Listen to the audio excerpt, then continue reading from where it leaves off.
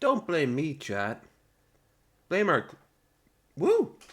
Blame our good friends at Budget Lodge.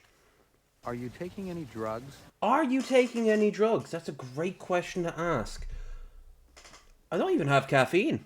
I just ate dinner, though. Thank you so much. There, Troy. 33 months. You're last of the old breed. When you go, it'll be the end of an era. I was wolfing this down. Then nature called. Twice. So, I was a bit busy. Maslow's hierarchy of needs, you know? Was it Maslow or Marlow's? It's Marlow's. Maslow's the one from The Sims. Things are going okay today. Dope. Remember, if you end up giving yourself a... if you manage to put the PlayStation together, make sure to post it in the Discord. And hopefully you'll get more of a boost than I did when I started. Remember, the internet's going to be a big old bandwidth hell. But you know what isn't hell? The CIA, because they're man-made horrors. And we're going to learn about it today as we play more Fallout 4 Empire of Dirt. So, quick rundown of the book. As you might recall, I was having Metamorphosis of Prime Intellect playing as our first one. But, that's done. We did the whole book over a course of 3 hours in 2 episode pieces. Thus making it 6 hours. I don't know why I need to be so convoluted. So I was looking around for something else, and I can always go back, and I will go back to the decline and fall of the Roman Empire. But I will not go right now to it, because while this will be historical, it'll be a much more current one. What I know of this book is very little, in fact. I know the subject matter. Legacy of Ashes of the CIA. Part 1. Autobook, historical and non-fiction book. Didn't even say... Written by... with new afterwards. Oh. Where's the author? Oh, there. Tim Weiner. Oh, no wonder you didn't want anybody to see it.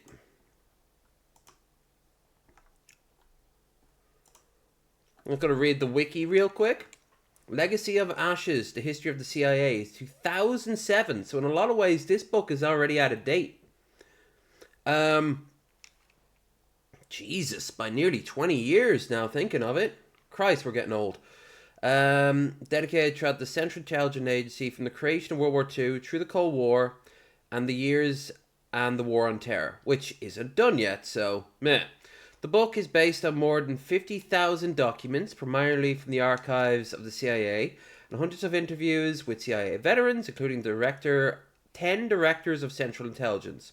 Legacy of Ashes won 2007's National Book Award for notification.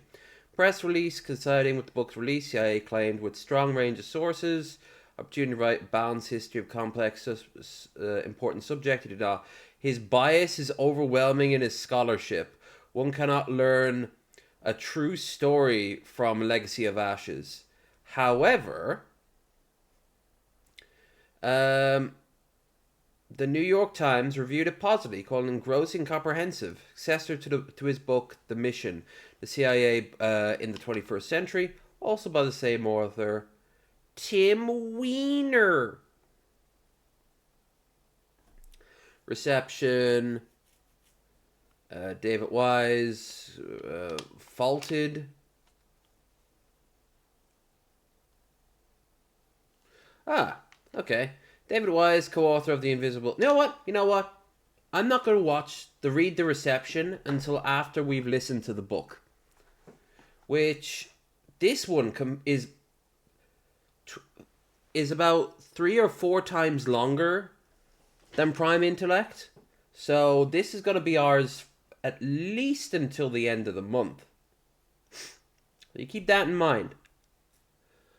Beyond that, I guess I'll start, and the game is already to go. Just make sure that it's actually looking at the right game. Game capture, Fallout 4. Yeah. Blackstone Audio presents Legacy of Ashes, The History of the CIA by Tim Weiner. Weiner. That's what he calls For it? Kate, No. Emma, and Ruby. No. There are no secrets that time does not reveal. Jean Racine. Ooh, this is a Britannicus, good voice actor. 1669. Author's note. Legacy of Ashes is the record of the first 60 years of the Central Intelligence Agency. It describes how the most powerful country in the history of Western civilization has failed to create a first-rate spy service. True. That failure constitutes a danger to the national security of the United States. Intelligence is secret action aimed at understanding or changing what goes on abroad. President Dwight D. Eisenhower called it a distasteful but vital necessity. A nation that wants to project its power beyond its borders needs to see over the horizon, to know what is coming, to prevent attacks against its people. It must anticipate surprise. Without a strong, smart, sharp intelligence service, presidents and generals alike can become blind and crippled. But throughout its history as a superpower, the United States has not had such a service. History, Edward Gibbon wrote in The Decline and Fall of the Roman Empire, is little more than the register of crimes, follies, and misfortunes of mankind. Kinda true. The annals of the Central Intelligence Agency are filled with folly and misfortune, along with acts of bravery and cunning.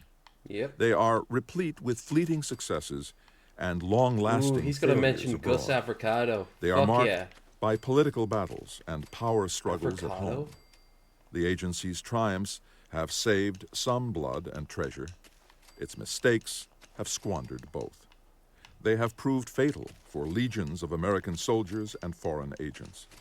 Some 3,000 Americans who died in New York, Washington, and Pennsylvania on September 11, 2001, and 3,000 more who have died since then in Iraq and Afghanistan. True. The one crime of And lasting way more died consequence after this. has been the CIA's inability to carry out its central mission, informing the president of what is happening in the world. The United States had no intelligence to speak of when World War II began, and next to none a few weeks after the war ended. A mad rush to demobilize left behind a few hundred men who had a few years' experience in the world of secrets and the will to go on fighting a new enemy. All major powers except the United States have had for a long time past permanent worldwide intelligence services, reporting directly to the highest echelons of their government. General William J. Donovan, the commander of the Wartime Office of Strategic Services, warned President Truman in August 1945. Prior to the present war, the United States had no foreign secret intelligence service. It never has had and does not now have a coordinated intelligence system. Tragically, it still does not have one. Nah. The CIA was supposed to become that system, but the blueprint for the agency was a hasty sketch.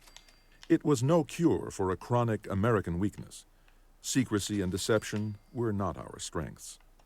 The collapse of the British Empire left the United States as the sole force able to oppose Soviet communism, and America desperately needed to know those enemies, to provide foresight to presidents, and to fight fire with fire when called upon to light the fuse.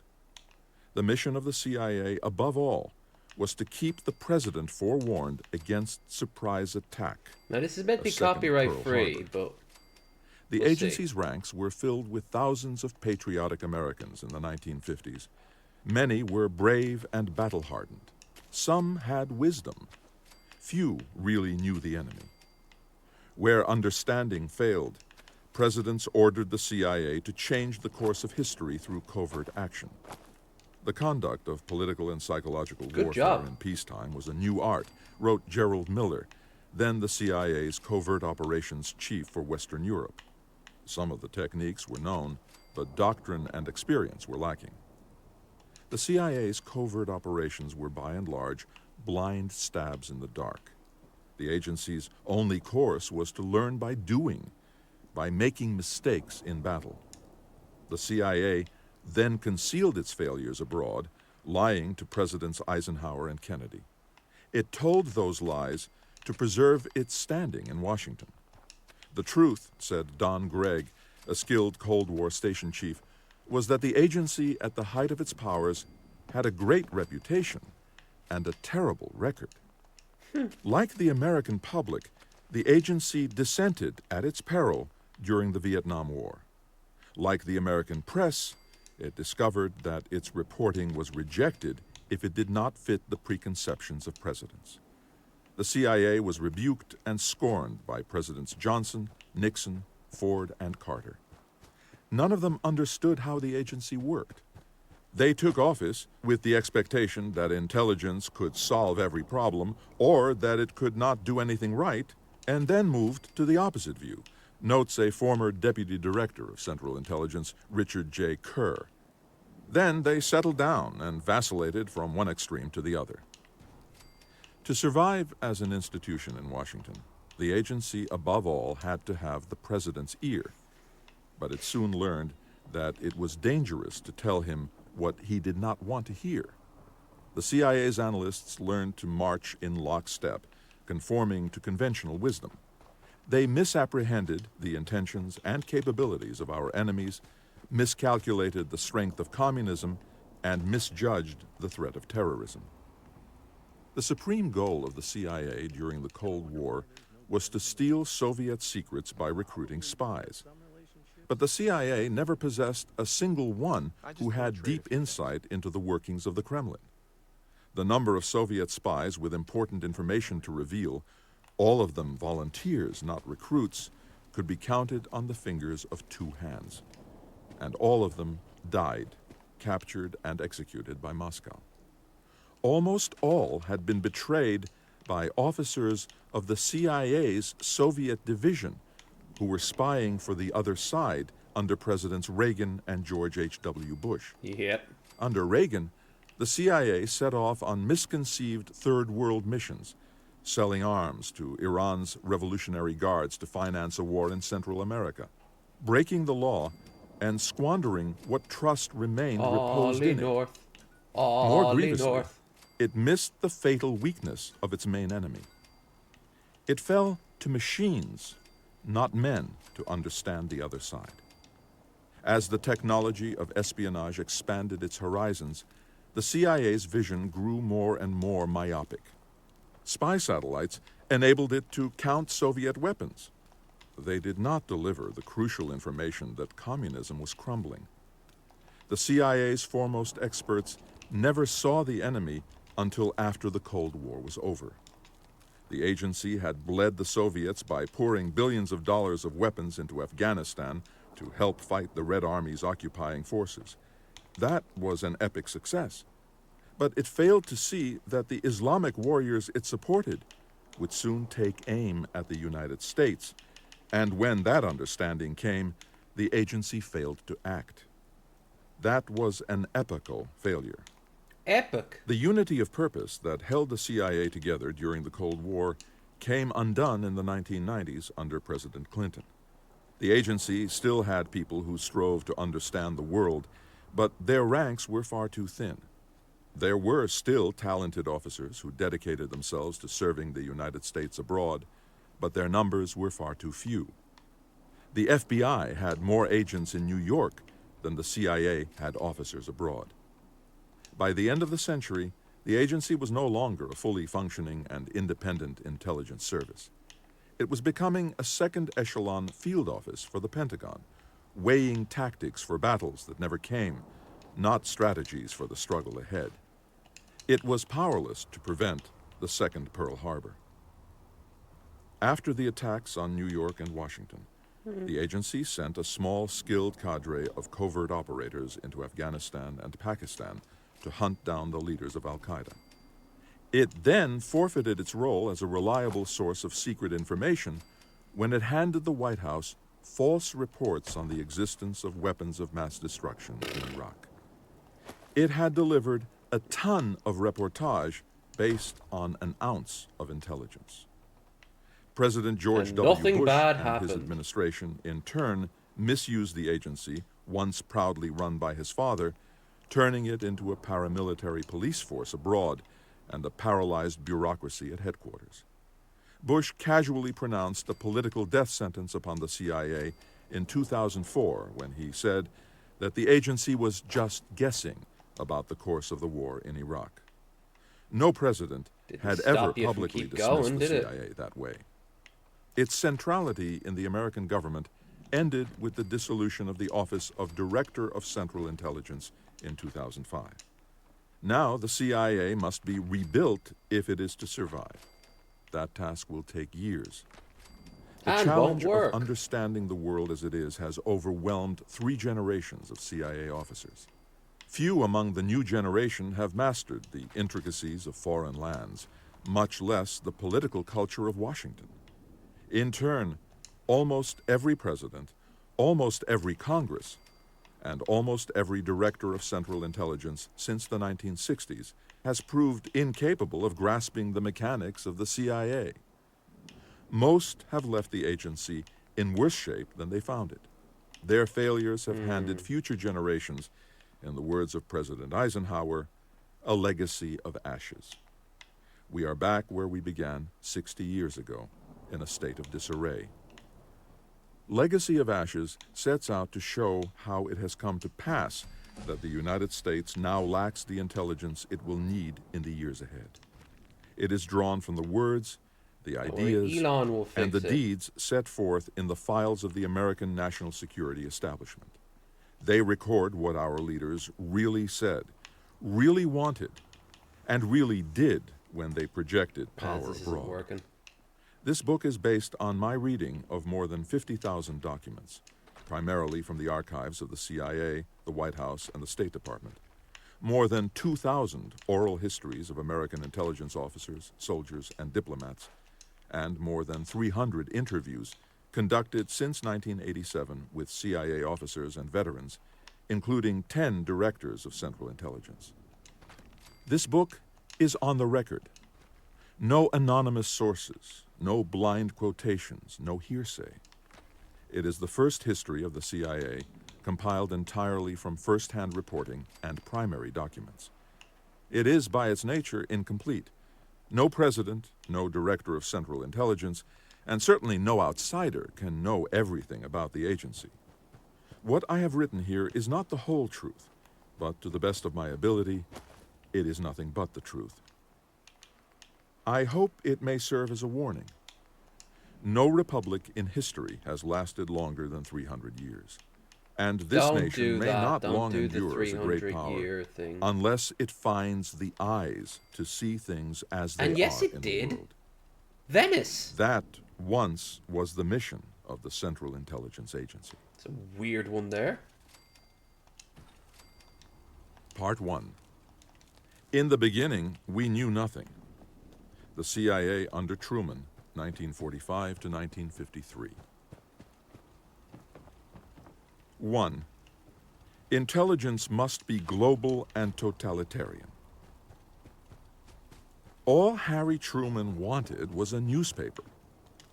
Catapulted into the White House by the death of President Franklin D. Roosevelt on April 12, 1945, Truman knew nothing about the development of the atomic bomb or the intentions of his Soviet allies. He needed information to use his power. When I took over, he wrote in a letter to a friend years later, the president had no means of coordinating the intelligence from around the world. Roosevelt had created the Office of Strategic Services under the command of General William J. Donovan as America's wartime intelligence agency. But Donovan's OSS was never built to last. When the new Central Intelligence Agency arose from its ashes, Truman wanted it to serve him solely as a global news service delivering daily bulletins. It was not intended as a cloak and dagger outfit, he wrote. It was intended merely as a center for keeping the president informed on what was going on in the world. He insisted that he never wanted the CIA to act as a spy organization. That was never the intention when it was organized. His vision was subverted from the start. In a global and totalitarian war, General Donovan believed, intelligence must be global and totalitarian. On November 18, 1944, he had written to President Roosevelt proposing that the United States create a peacetime Central Intelligence Service. He had started sketching his plan the year before at the behest of Lieutenant General Walter Bedell Smith, Chief of Staff to General Dwight D. Eisenhower, who wanted to know how the OSS would become part of the military establishment of the United States. Donovan told the president that he could learn the capabilities, intentions, and activities of foreign nations while running subversive operations abroad against America's enemies. The OSS had never been stronger than 13,000 members, smaller than a single army division. But the service Donovan envisioned would be its own army, a force skillfully combating communism, defending America from attack, and serving up secrets for the White House. He urged the president to lay the keel of the ship at once, and he aimed to be its captain. Nicknamed Wild Bill after a fast but errant pitcher who managed the New York Yankees from 1915 to 1917, You ain't my Will, Bill. Donovan was a brave old soldier. He had won the Congressional Medal of Honor for heroism in the trenches of France during World War I, but a poor politician. Very few generals and admirals trusted him. They were appalled by his idea of making a spy service out of a scattershot collection of Wall Street brokers, Ivy League eggheads, soldiers of fortune, ad men, newsmen, stuntmen, second-story men, and con men. The OSS had developed a uniquely American cadre of intelligence analysts, but Donovan and his star officer, Alan W. Dulles, were enthralled by espionage and sabotage, skills at which Americans were amateurs. Donovan depended on British intelligence to school his men in the dark arts. The bravest of the OSS, It's the ones mostly who called inspired legends, genocide, oddly enough. were the You've been men doing who it for a jumped long behind time enemy now. lines, running guns, blowing up bridges, plotting against the Nazis with the French and the Balkan resistance movements. In the last year of the war, with his forces spread throughout Europe, North Africa, and Asia, Donovan wanted to drop his agents directly into Germany. He did, and they died. Of the 21 two-man teams that went in, only one was ever heard from again. These were the kinds of missions General Donovan dreamed up daily, some daring, some deluded. His imagination was unlimited, said his right-hand man David K.E. Bruce, later the American ambassador to France, Germany, and England. Ideas were his plaything. Excitement made him snort like a racehorse. Woe to the officer who turned down a project because on its face it seemed ridiculous or at least unusual. For painful weeks under his command, I tested the possibility of using bats taken from concentrations in western caves to destroy Tokyo, dropping them into the sky with incendiary bombs strapped to their backs. Worked for That was the Genghis spirit Khan. of the OSS. President Roosevelt always had his doubts about Donovan. Early in 1945, he had ordered his chief White House military aide, Colonel Richard Park, Jr., to conduct a secret investigation into the wartime operations of the OSS. As Park began his work, leaks from the White House created headlines in New York, Chicago, and Washington, warning that Donovan wanted to create an American Gestapo. When the stories broke, the president urged Donovan to shove his plans under the rug. On March 6, 1945, the Joint Chiefs of Staff formally shelved them. They wanted a new spy service to serve the Pentagon, not the president. What they had in mind was a clearinghouse staffed by colonels and clerks, distilling information gathered by attachés and diplomats and spies for the benefit of four-star commanders. Thus began a battle for control of American intelligence that went on for 3 generations. An extremely dangerous thing. The OSS had little standing at home, and less inside the Pentagon. The organization was barred from seeing the most important intercepted communications from Japan and Germany. Senior American military officers thought an independent civilian intelligence service run by Donovan, with direct access to the president, would be an extremely dangerous thing in a democracy, in the words of Major General Clayton Bissell, the Assistant Chief of Staff for Military Intelligence. These were many of the same men who had slept through Pearl Harbor. Well before dawn on December 7, 1941, the American military had broken some of Japan's codes. It knew an attack might be coming, but it never imagined Japan would take so desperate a gamble. The broken code was too secret to share with commanders in the field. Rivalries within the military meant that information was divided, hoarded, and scattered. Because no one possessed all the pieces of the puzzle, no one saw the big picture. Not until the war was over did Congress investigate how the nation had been taken by surprise, and not until then was it clear that the country needed a new way to defend itself.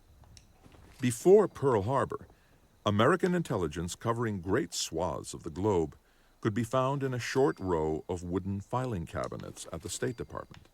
A few dozen ambassadors and military attachés were its sole sources of information. In the spring of 1945, the United States knew next to nothing about the Soviet Union and little more about the rest of the world. Franklin Roosevelt was the only man who could revive Donovan's dream of a far-seeing, all-powerful American intelligence service. When Roosevelt died on April 12th, Donovan despaired for the future. After sitting up half the night grieving, he came downstairs at the Ritz Hotel, his favorite haunt in liberated Paris, and had a gloomy breakfast with William J. Casey, an OSS officer and a future director of Central Intelligence. "What do you think it means for the organization?" Casey asked. "I'm afraid it's probably the end," Donovan said. That same day, Colonel Park submitted his top-secret report on the OSS to the new president. The report, fully declassified only after the Cold War ended, was a political murder weapon honed by the military and sharpened by J. Edgar Hoover, the FBI director since 1924. Hoover despised Donovan and harbored his own ambitions to run a worldwide intelligence service. Park's work destroyed the possibility of the OSS continuing as part of the American government, punctured the romantic myths that Donovan created to protect his spies, and instilled in Harry Truman a deep and abiding distrust of secret intelligence operations. The OSS had done serious harm to the citizens, business interests, and national interests of the United States, the report said. Park admitted no important instance in which the OSS had helped to win the war, only mercilessly listing the ways in which it had failed. The training of its officers had been crude and loosely organized. British intelligence commanders regarded American spies as putty in their hands. I want to trade a few things. In China, the nationalist leader Chiang Kai-shek had manipulated the OSS to his own ends. Germany's spies had penetrated OSS operations all over Europe and North Africa. The Japanese embassy in Lisbon had discovered the plans of OSS officers to steal its code books, and as a consequence, the Japanese changed their codes, which resulted in a complete blackout of vital military information in the summer of 1943. One of Park's informants said, "How many American lives in the Pacific represent the cost of this stupidity on the part of OSS is unknown." Faulty intelligence provided by the OSS after the fall of Rome in June 1944 led thousands of French troops into a Nazi trap on the island of Elba, Park wrote, and as a result of these errors and miscalculations of the enemy forces by OSS, Some 1,100 French troops were killed. The report personally attacked Donovan. It said the general had lost a briefcase at a cocktail party in Bucharest that was turned over to the Gestapo by a Romanian dancer. His hiring and promotion of senior officers rested not on merit, but on an old boy network of connections from Wall Street and the social register. He had sent detachments of men to lonely outposts such as Liberia and forgotten about them. He had mistakenly dropped commandos into neutral Sweden. He had sent guards to protect the captured German ammunition dump in France and then blown them up. Colonel Park acknowledged that Donovan's men had conducted some successful sabotage missions and rescues of downed American pilots. He said the desk-bound research and analysis branch of OSS had done an outstanding job, and he concluded that the analysts might find a place at the State Department after the war. But the rest of the OSS would have to go. The almost hopeless compromise of OSS personnel, he warned, makes their use as a secret intelligence agency in the post-war world inconceivable. After VE Day, Donovan went back to Washington to try to save his spy service. A month of mourning for President Roosevelt was giving way to a mad scramble for power in Washington. In the Oval Office on May 14th, Harry Truman listened for less than 15 minutes as Donovan made his proposal to hold communism in check by undermining the Kremlin. The president summarily dismissed him. All summer long, Donovan fought back in Congress and in the press. Finally, on August 25th, he told Truman that he had to choose between knowledge and ignorance. The United States does not now have a coordinated intelligence system, he warned. The defects and the dangers of this situation have been generally recognized. Donovan had hoped that he could sweet-talk Truman, a man he had always treated with cavalier disdain, into creating the CIA. But he had misread his own president. Truman had decided that Donovan's plan had the earmarks of a Gestapo. On September 20th, 1945, 6 weeks after he dropped America's atomic bombs on Japan, the President of the United States fired Donovan and ordered the OSS to disband in 10 days.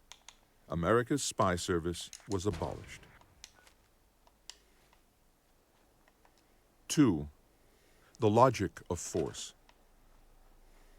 In the rubble of Berlin, Allen Dulles, the ranking OSS officer in Germany, had found a splendid and well-staffed mansion for his new headquarters in the summer of 1945. His favorite lieutenant, Richard Helms, began trying to spy on the Soviets. What you have to remember, Helms said half a century later, is that in the beginning we knew nothing. Our knowledge of what the other side was up to, their intentions, their capabilities, was nil, or next to it. If you came up with a telephone book or a map of an airfield, that was pretty hot stuff. We were in the dark about a lot of the world.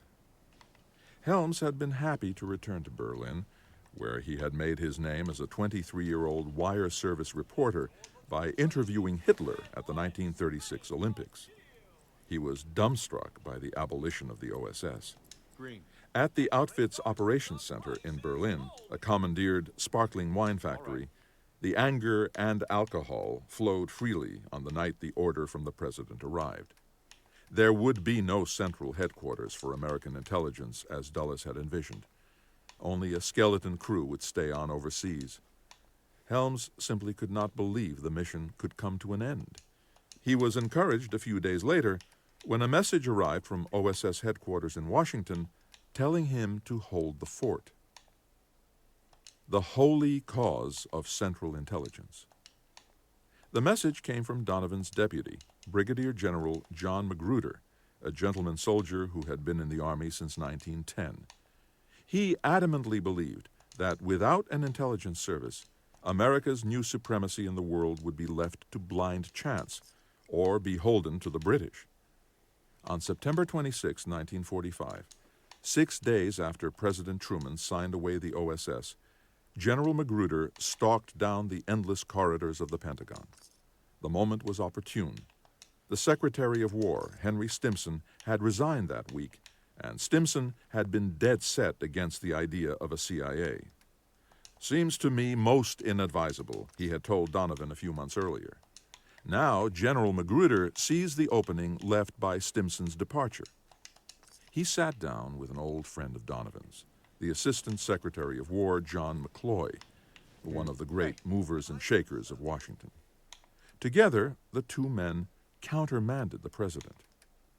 Magruder walked out of the Pentagon that day with an order from McCloy that said the continuing operations of OSS must be performed in order to preserve them.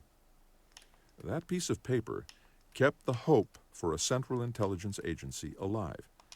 The spies would stay on duty under a new name, the Strategic Services Unit, the SSU. McCloy then asked his good friend Robert A. Lovett, the Assistant Secretary for Air War and a future Secretary of Defense, to set up a secret commission to plot the course for American intelligence and to tell Harry Truman what had to be done. Magruder confidently informed his men that the holy cause of Central Intelligence would prevail. Just to make it sound cool. Emboldened by the reprieve, Helms set to work in Berlin. Fuck Trump. He purged officers who had plunged into Berlin's black market, where everything and everyone was for sale. 24 cartons of Camels purchased for $12 at the American Military PX bought a 1939 Mercedes-Benz. He searched for German scientists and spies to ferret out to the West, with the aim of denying their skills to the Soviets and putting them to work for the United States. Paperclip. But these tasks soon took second place to the struggle to see the new enemy. By October, it was very clear our primary target was going to be what the Russians were up to, remembered Tom Polgar, then a 23-year-old officer at the Berlin base. The Soviets were seizing the railroads and co-opting the political parties of Eastern Germany. At first, the best the American spies could do was to try to track the movement of Soviet military transports to Berlin, giving the Pentagon a sense that someone was trying to keep an eye on the Red Army. Furious at Washington's retreat in the face of the Soviet advance, working against the resistance from the ranking American military men in Berlin, Helms and his men began trying to recruit German police and politicians to establish spy networks in the East. By November, we were seeing the total takeover by the Russians of the East German system, said Peter Sichel, another 23-year-old SSU officer in Berlin.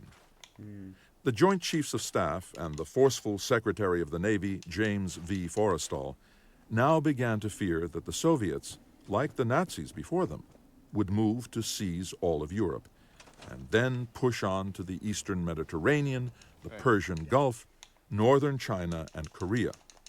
One false move could lead to a confrontation no one could contain. And as the fear of a new war increased, the future leaders of American intelligence split into two rival camps. One believed in the slow and patient gathering of secret intelligence through espionage. The other believed in secret warfare, taking the battle to the enemy through covert action. Espionage seeks to know the world. That was Richard Helms. Covert action seeks to change the world. That would be Frank Wisner. Wisner was the charming son of land-rich Mississippi gentry, cool ones. a dashing corporate lawyer in a tailored military uniform. Wisner. In September 1944, he had flown into Bucharest, Romania, as the new OSS station chief. The Red Army and a small American military mission had seized control in the capital, and Wisner's orders were to keep an eye on the Russians.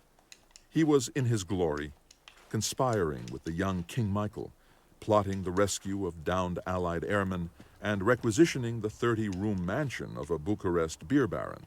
Nice. Under its sparkling chandeliers, Russian officers mingled with the Americans, toasting one another with champagne.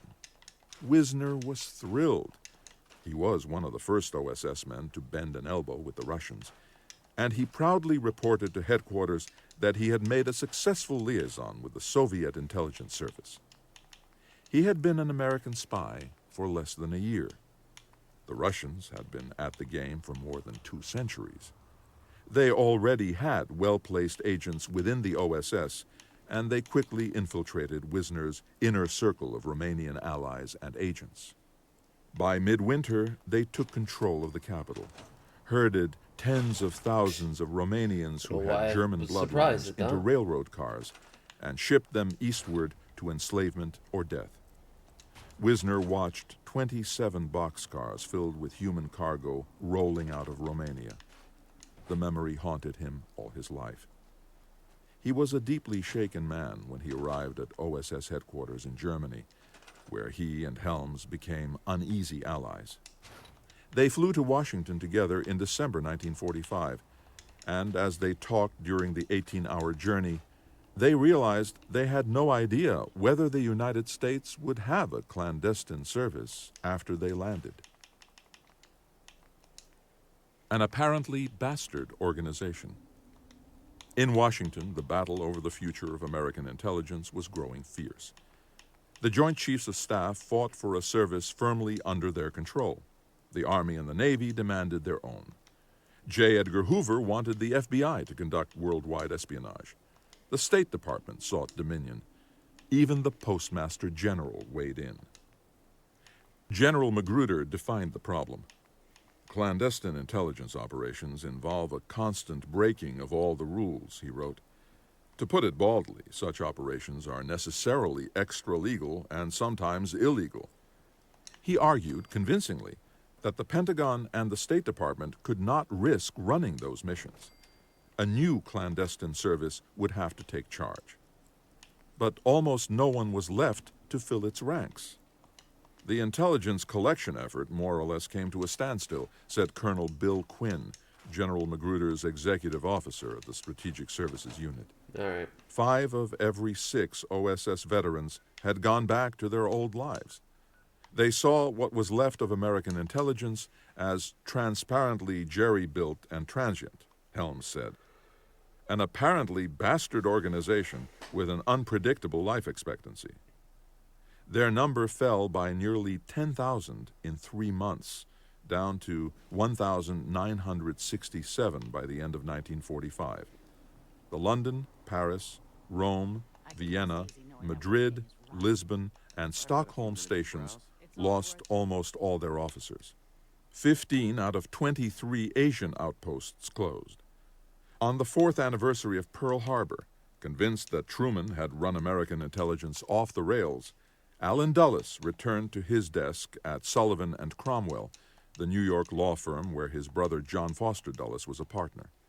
Frank Wisner followed his lead and went back to his own New York law firm, Carter Ledyard. The remaining intelligence analysts were dispatched to form a new research bureau at the State Department. They were treated like displaced persons. I don't suppose there had ever been or could ever be a sadder or more tormented period of my life, wrote Sherman Kent, later a founding father of CIA's Directorate of Intelligence.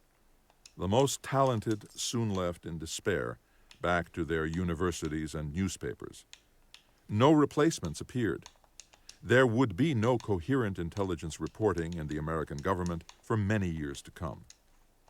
President Truman had relied on his budget director, Harold D. Smith, to oversee the orderly dismantling of the American war machine. Okay. But demobilization was turning into disintegration.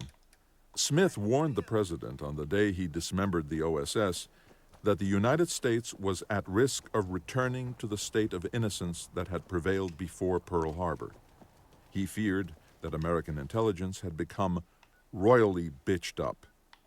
At a hastily convened White House meeting on January 9, 1946, Admiral William D. Leahy, Truman's crusty military chief of staff, bluntly told the president that intelligence had been handled in a disgraceful way.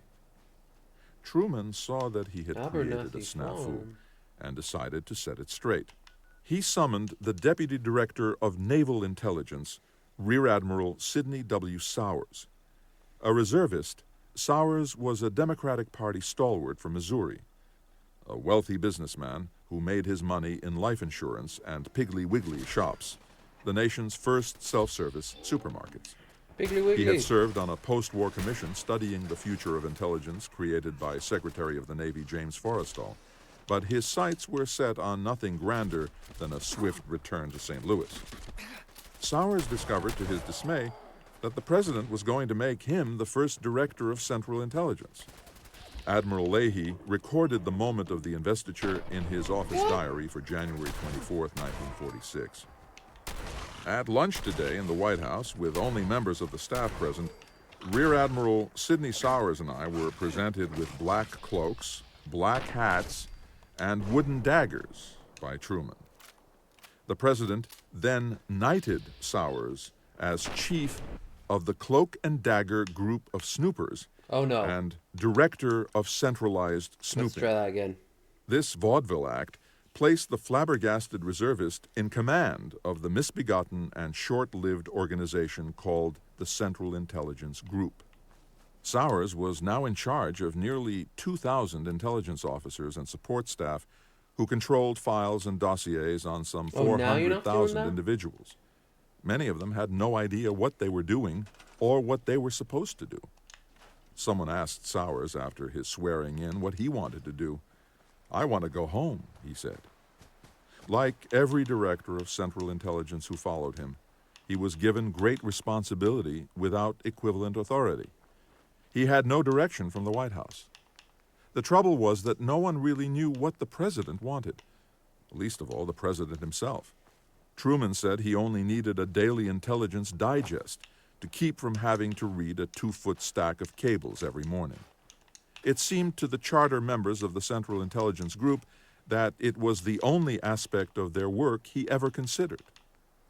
Others saw the mission very differently. General Magruder maintained that there was a tacit understanding at the White House that the Central Intelligence Group would operate a clandestine service. If so, not a word of it appeared on paper. The president never spoke of it, so almost no one else in the government recognized the new group's legitimacy. The Pentagon and the State Department refused to talk to Sowers and his people. The Army, the Navy, and the FBI treated them with the deepest disdain. Sowers lasted barely 100 days as director, though he stayed on to serve the president as an advisor. He left behind only one note of consequence, a top-secret memo with the following plea. There is an urgent need to develop the highest possible quality of intelligence on the USSR in the shortest possible time. The only American insights on the Kremlin in those days came from the newly appointed American ambassador in Moscow, the future director of Central Intelligence, General Walter Bedell Beadle Smith, and his ranking Russia hand, George Kennan. What does the Soviet Union want? Beadle Smith was a shopkeeper's son from Indiana who rose from buck private to general without the polish of West Point or a college degree. As Eisenhower's chief of staff in World War II, he had thought through every battle in North Africa and Europe. His fellow officers respected and feared him. He was Ike's unsmiling hatchet man. No. He worked himself beyond exhaustion. After receiving blood transfusions for a bleeding ulcer when he collapsed at the end of a late dinner with Eisenhower and Winston Churchill, he argued his way out of a British hospital and back to his commander's tent. He had broken bread with Russian military officers, sitting down for awkward dinners at Allied headquarters in Algiers to plan joint operations against the Nazis.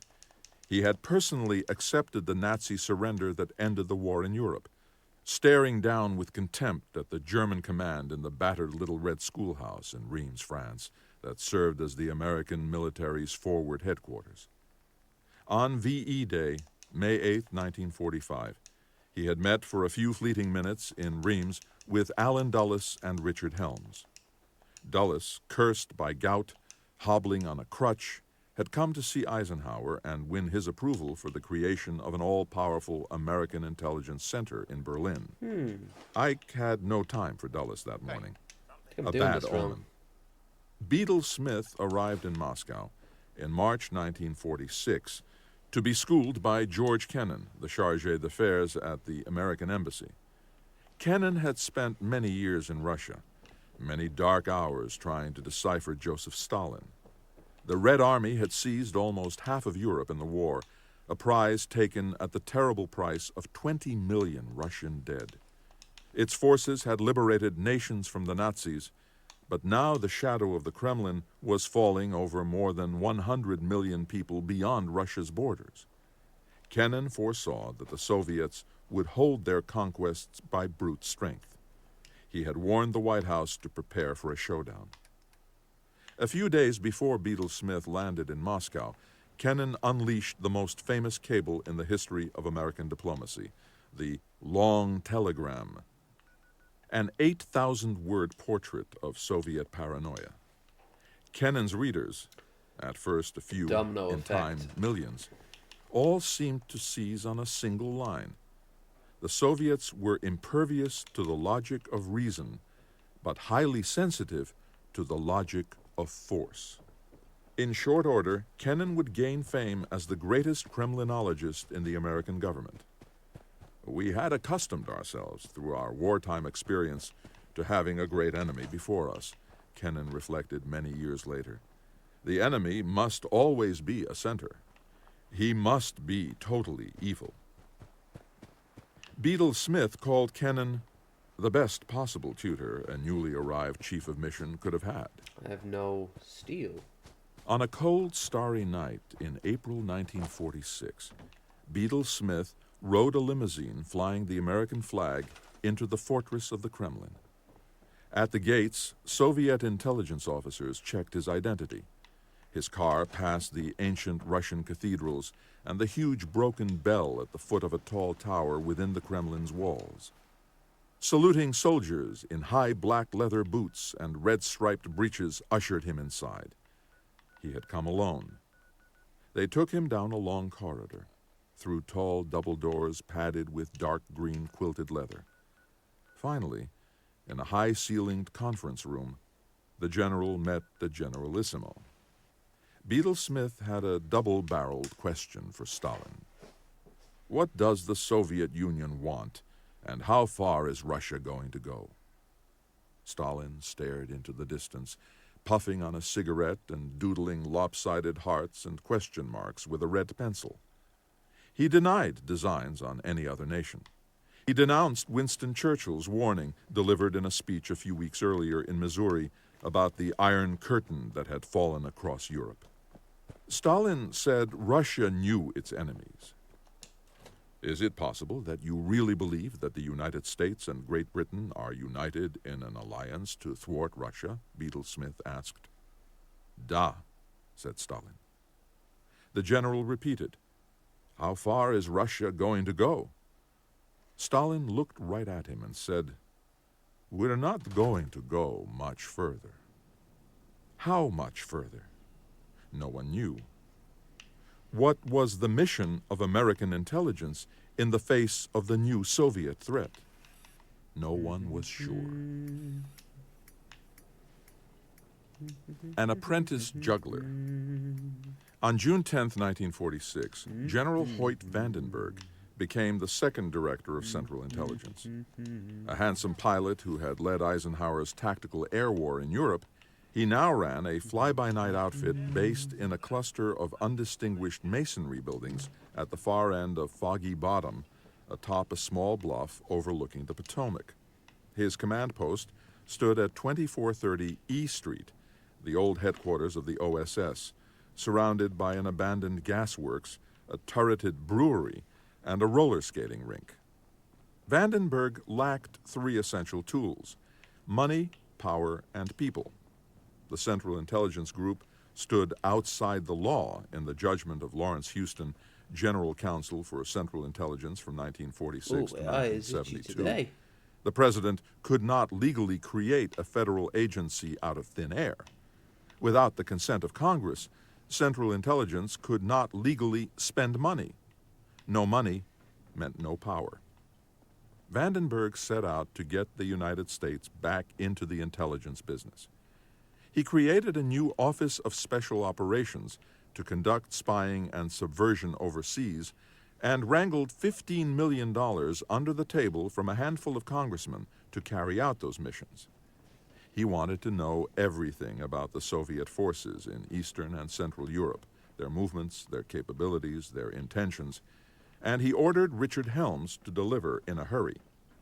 Helms, in charge of espionage in Germany, Austria, Switzerland, Poland, Czechoslovakia, and Hungary, with 228 overseas personnel on his roster, said he felt like an apprentice juggler trying to keep an inflated beach ball, an open milk bottle, and a loaded machine gun in the air.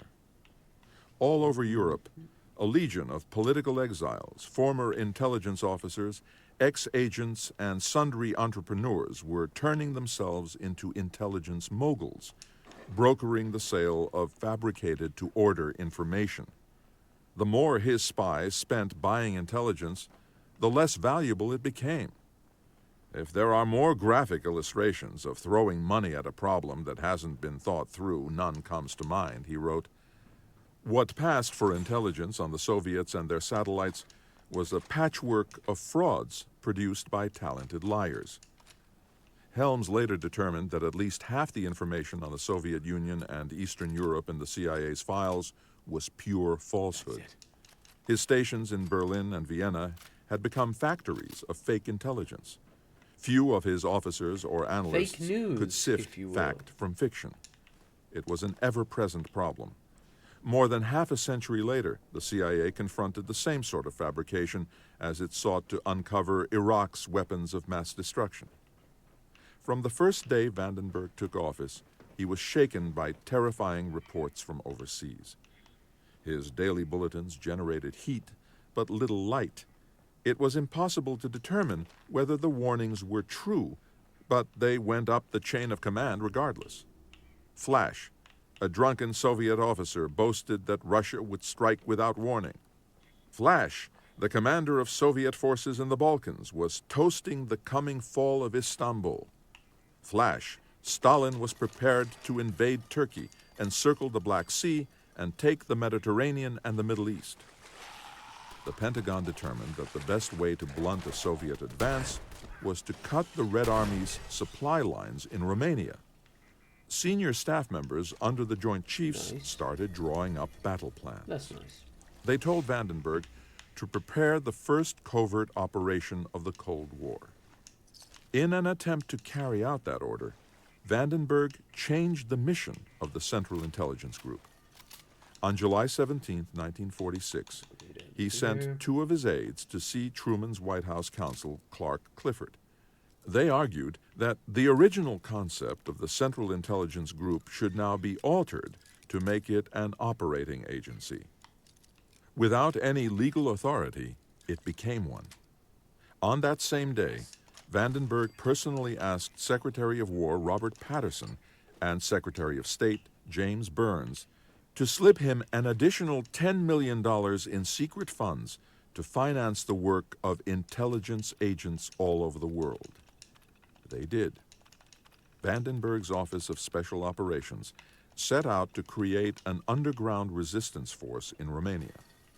Frank Wisner had left behind a network of agents in Bucharest desperate to work with Americans, but deeply infiltrated by Soviet intelligence.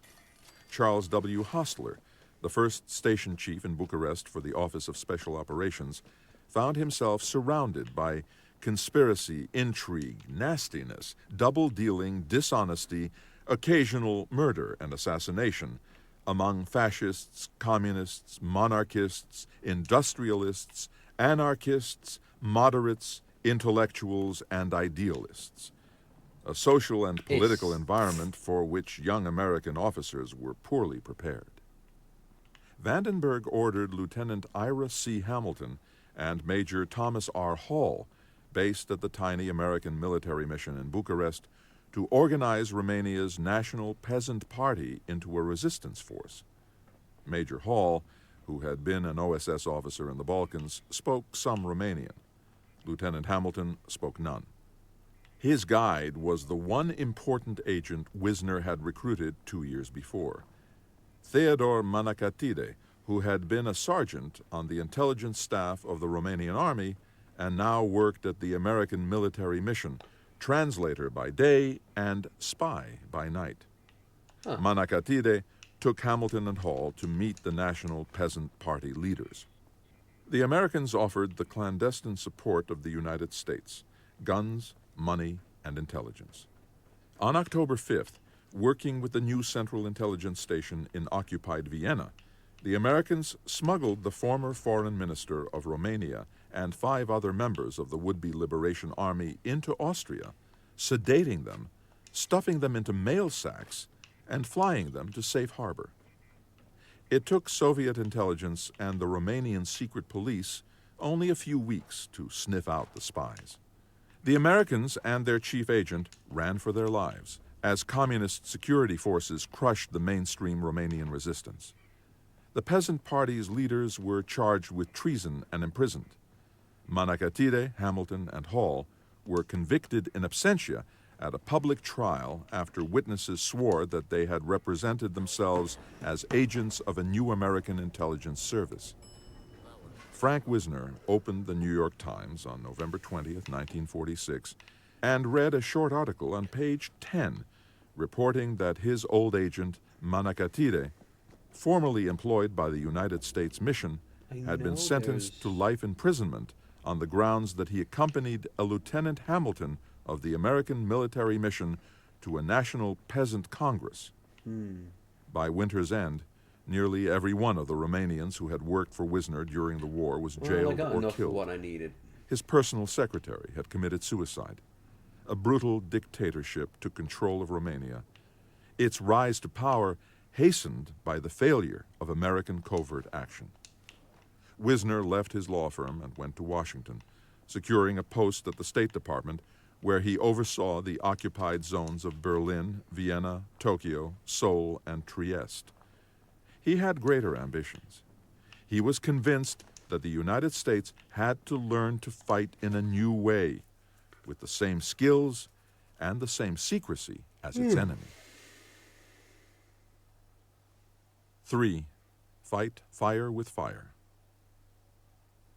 Washington was a small town run by people who believed that they lived in the center of the universe. Their city within the city was Georgetown, a square-mile enclave of cobblestone streets lush with magnolias. In its heart, at 3327 P Street, stood a fine 4-story house built in 1820 with an English garden out back and a formal dining room with high windows. Frank and Polly Wisner made it their home. On Sunday evenings in 1947, it became the seat of the emerging American national security establishment. The foreign policy of the United States took shape at the Wisners' table. They started a Georgetown tradition, a Sunday night potluck supper. The main dish was liquor, all hands having sailed out of the Second World War on a tide of alcohol.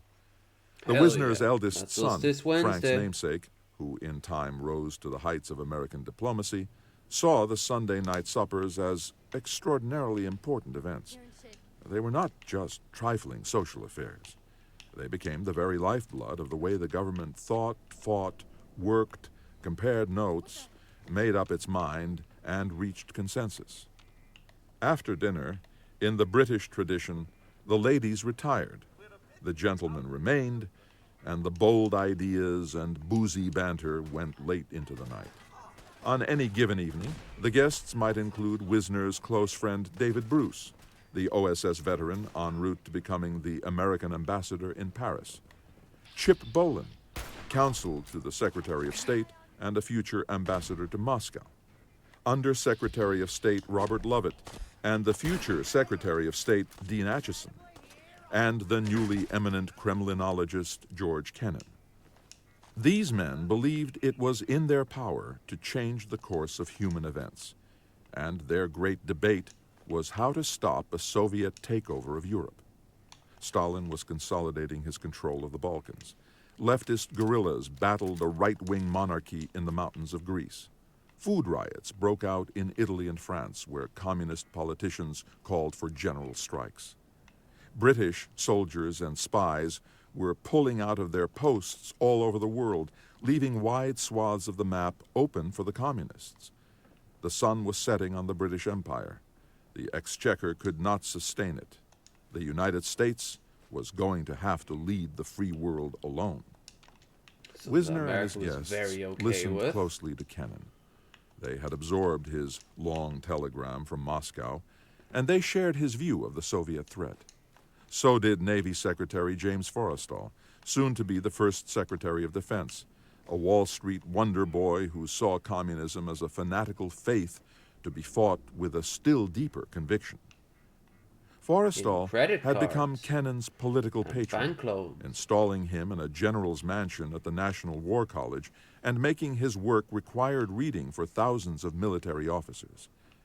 Director of Central Intelligence Vandenberg brainstormed with Kennan about how to spy on Moscow's atomic weapons work.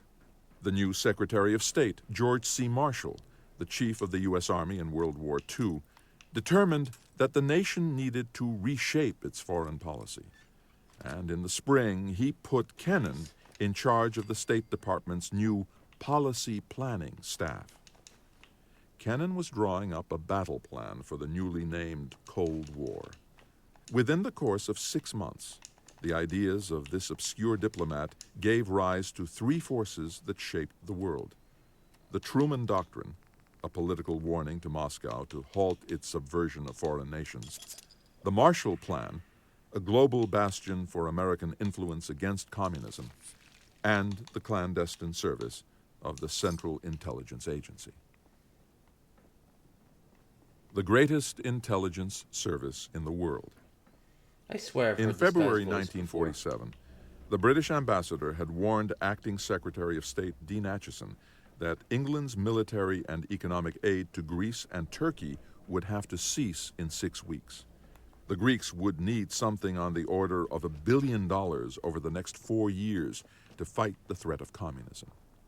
From Moscow, Walter Beadle Smith sent his assessment that British troops were the only force keeping Greece from falling into the Soviet orbit. At home, the Red Scare was rising. For the first time since before the Great Depression, the Republicans now controlled both houses of Congress, with men like Senator Joseph McCarthy of Wisconsin and Congressman Richard Nixon of California gaining power. Truman's popularity was plunging. His approval rating in public opinion polls had fallen 50 points since the end of the war.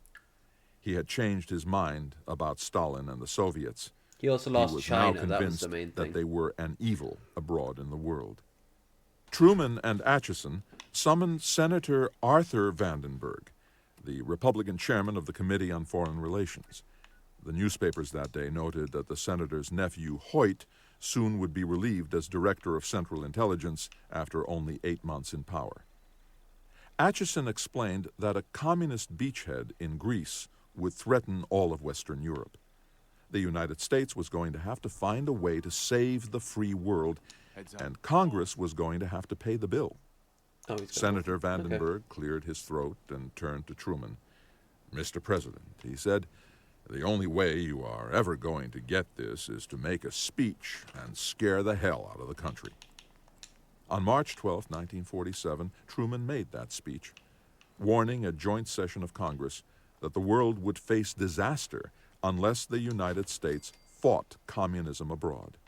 Hundreds of millions of dollars had to be sent to shore up Greece, now threatened by the terrorist activities of several thousand armed men, the president said. Without American aid, disorder might spread throughout the Middle East. Despair would deepen in the nations of Europe, And it's such a stable and darkness place. could descend on the free world. His credo was something new. "I believe that it must be the policy of the United States to support free peoples who are resisting attempted subjugation by armed minorities or by outside pressures. Any attack launched by an American enemy in any nation of the world was an attack on the United States." This was the Truman Doctrine. Congress rose for a standing ovation. What? Millions of dollars started flowing to Greece, along with warships, soldiers, guns, ammunition, napalm, and spies. Soon, Athens became one of the biggest American intelligence posts in the world. No. Truman's decision to fight communism overseas was the first clear direction that American spies received from the White House. They still lacked a strong commander. General Vandenberg was counting the days until he could take over the new Air Force, but he delivered secret testimony to a handful of members of Congress in his last days as Director of Central Intelligence, saying that the nation faced foreign threats as never before. The oceans have shrunk. Until today, both Europe and Asia border the United States almost as do Canada and Mexico, he said in a turn of phrase repeated eerily by President Bush after 9/11. In World War II, Vandenberg said, "We had to rely blindly and trustingly on the superior intelligence system of the British. But the United States should never have to go hat in hand begging any foreign government for the eyes, the foreign intelligence with which to see." Yet the CIA would always depend on foreign intelligence services for insight into lands and languages it did not understand. Vandenberg ended by saying it would take at least 5 more years to build a professional cadre of American spies. Oil. The warning was repeated word for Where do I word get oil? half a century later, in 1997, by Director of Central Intelligence George J. Tenet, and Tenet said it again upon resigning in 2004. A great spy service was always 5 years over the horizon. Vandenberg's successor, the third man to hold the post in 15 months, was Rear Admiral Roscoe Hillenkoetter, sworn in on May Day 1947. Hilly, as everyone called him, was a miscast man. He exuded insignificance. Like his predecessors, he never wanted to be Director of Central Intelligence, and probably never should have been, says a CIA history of the era. On June 27, 1947, a congressional committee held secret hearings that led to the formal creation of the CIA at summer's end. It spoke volumes that not Hillenkoetter, but Allen Dulles, a lawyer in private practice, was selected to conduct a secret intelligence seminar for a few select members of Congress. Allen Dulles had an onward Christian soldier's sense of patriotic duty. Fucking. He was born into the best family of Watertown, New York Only the in best. 1893. His father was the town's Presbyterian pastor.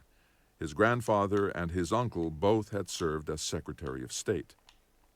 The president of his college, Princeton, was Woodrow Wilson, later to be President of the United States. Dulles had been a junior diplomat after World War I and a white-shoe Wall Street lawyer in the Depression. By virtue of his carefully cultivated reputation as an American master spy, built as the OSS chief in Switzerland, he was regarded by the Republican leadership as the Director of Central Intelligence in exile, in the way that his brother, John Foster Dulles, the party's principal foreign policy spokesman, was seen as a shadow Secretary of State. Allen was genial in the extreme, with twinkling eyes, a belly laugh, and an almost impish deviousness. But he was also a duplicitous man, a chronic adulterer, ruthlessly ambitious. He was not above misleading Congress or his colleagues, or even his commander-in-chief. Room 1501 of the Longworth office building was sealed off by armed guards. Everyone inside was sworn to secrecy. Puffing away on his pipe, a tweedy headmaster instructing unruly schoolboys, Allen Dulles described a CIA that would be directed by a relatively small but elite corps of men with a passion for anonymity. Its director would require judicial temperament in high degree, with long experience and profound knowledge, a man not unlike Allen Dulles. His top aides, if they were military men, would divest themselves of their rank as soldiers, sailors, or airmen, and, as it were, take the cloth of the intelligence service. Americans had the raw material for building the greatest intelligence service in the world, Dulles said. The personnel need not be very numerous. A few hundred good men would do the trick. The operation of the service must neither be flamboyant nor overshrouded in the mystery and abracadabra which the amateur detective likes to assume, he reassured the members of Congress. All that is required for success is hard work, discriminating judgment, and common sense. He never said what he really wanted: to resurrect the wartime covert operations of the OSS. The creation of a new American clandestine service was at hand. President Truman unveiled the new architecture for the Cold War by signing the National Security Act of 1947 on July 26th. The act created the Air Force as a separate service led by General Vandenberg, It's weird. In and a Hearts of new Iron, I National always make it Security straight Council away, was even to be the before White House switchboard Japanese for declare presidential war. decisions. The act also created the Office of Secretary of Defense. Its first occupant, James Forrestal, was ordered to unify the American military. This office, Forrestal wrote a few days later, will probably be the greatest cemetery for dead cats in history. And in 6 short and sketchy paragraphs, the act gave birth to the Central Intelligence Agency on September 18th. The CIA was born with crippling defects. From the outset, it faced fierce and relentless opponents within the Pentagon and the State Department, the agencies whose reports it was supposed to coordinate. The agency was not their overseer, but their stepchild. Its powers were poorly defined. No formal charter or congressionally appropriated funds would come for nearly 2 more years. The CIA's headquarters would survive until then on a subsistence fund maintained by a few members of Congress. And its secrecy would always conflict with the openness of American democracy.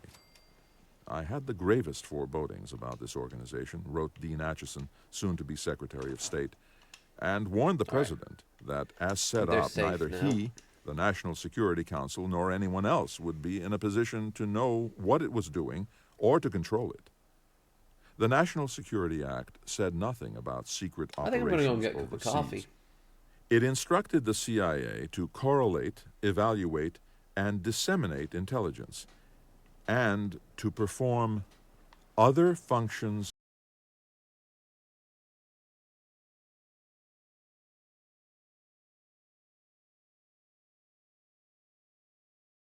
General Magruder had preserved in his end run around the president 2 years before. In time, hundreds of major covert actions, 81 of them during Truman's second term, would be driven through this loophole.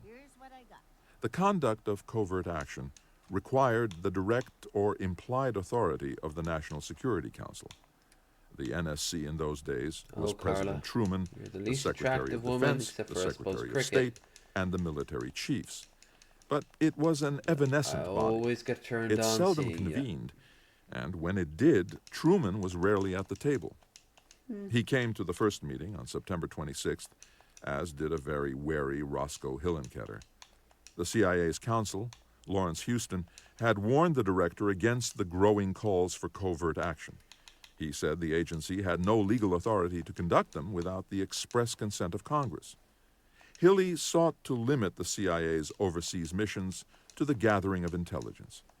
He failed. Momentous decisions were being made in secret, Whoops. often over breakfast on Wednesdays at Secretary of Defense Forrestal's house. Breakfast is a great time to commit On September treason. 27th, Kennan sent Forrestal a detailed paper calling for the establishment of a guerrilla warfare corps. Kennan thought that although the American people might never approve of such methods, it might be essential to our security to fight fire with fire. Forrestal fervently agreed. Together, they set the American clandestine service in motion. This book is continued on Disc 2. Disc. Legacy of Ashes by Tim Weiner continued. Yes, kids, Disc that's how 2. little there was going on there. The inauguration of It must have organized been political like warfare. a big sleeve thing. Forrestal Bless. called Hillenkoetter into the Pentagon to Making me discuss feel old. the present widespread belief that our feel empty. intelligence group is entirely inept. He had good reason. The mismatch between the CIA's capabilities and the missions it was called upon to carry out was staggering. The new commander of the CIA's Office of Special Operations, Colonel Donald Wrong Way Galloway, was a strutting martinet who had reached the apex of his talent as a West Point cavalry officer teaching equestrian etiquette to cadets. His deputy, Stephen Penrose, who had run the Middle East Division of the OSS, resigned in frustration. In a bitter memo to Forrestal, Penrose warned that CIA is losing its professionals and is not acquiring competent new personnel at the very time when, as almost never before, the government needs an effective, expanding, professional intelligence service. Nevertheless, on December 14, 1947, the National Security Council issued its first top-secret orders to the CIA. The agency was to execute covert psychological operations designed to counter Soviet and Soviet-inspired activities. With this martial drum roll, the CIA set out to beat the Reds in the Italian elections set for April 1948. The CIA told the White House that Italy could become a totalitarian police state. If the communists won at the ballot box, they would seize the most ancient seat of Western culture.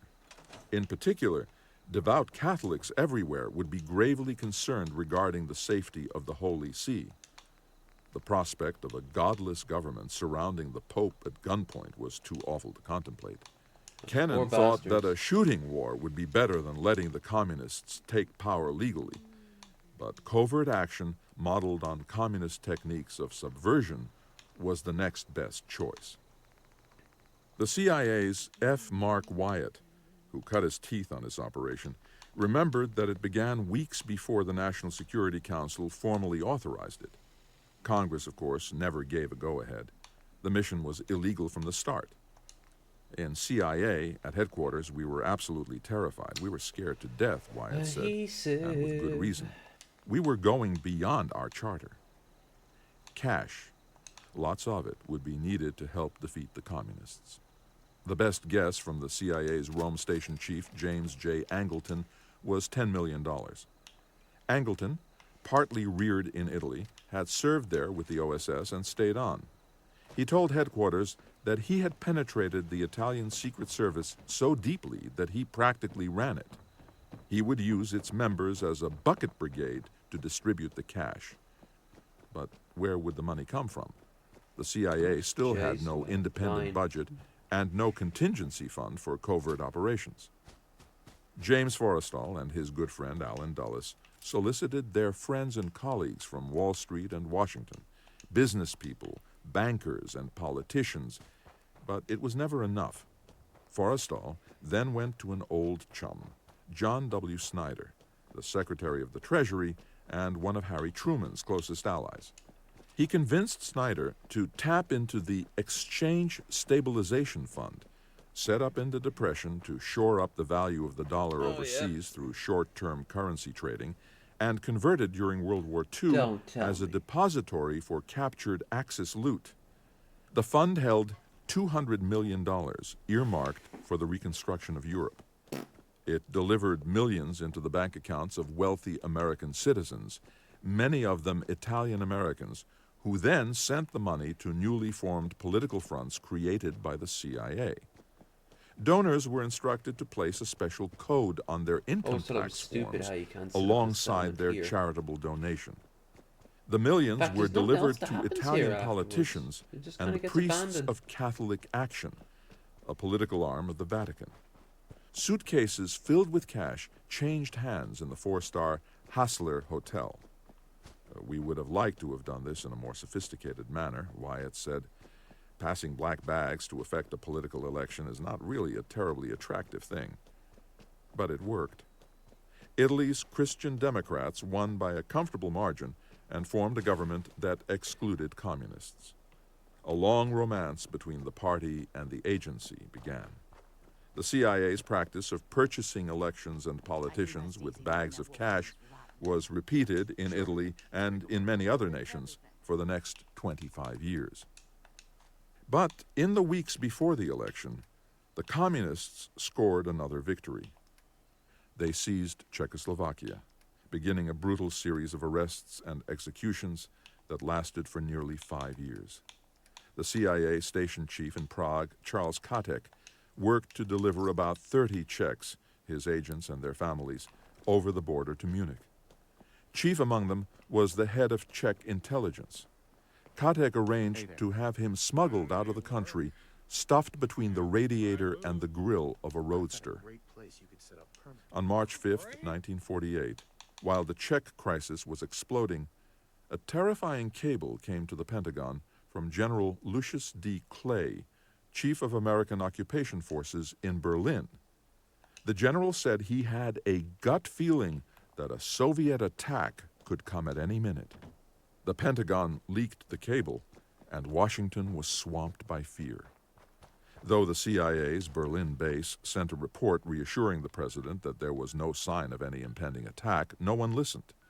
Truman went before a joint session of Congress the next day, warning that the Soviet Union and its agents threatened a cataclysm.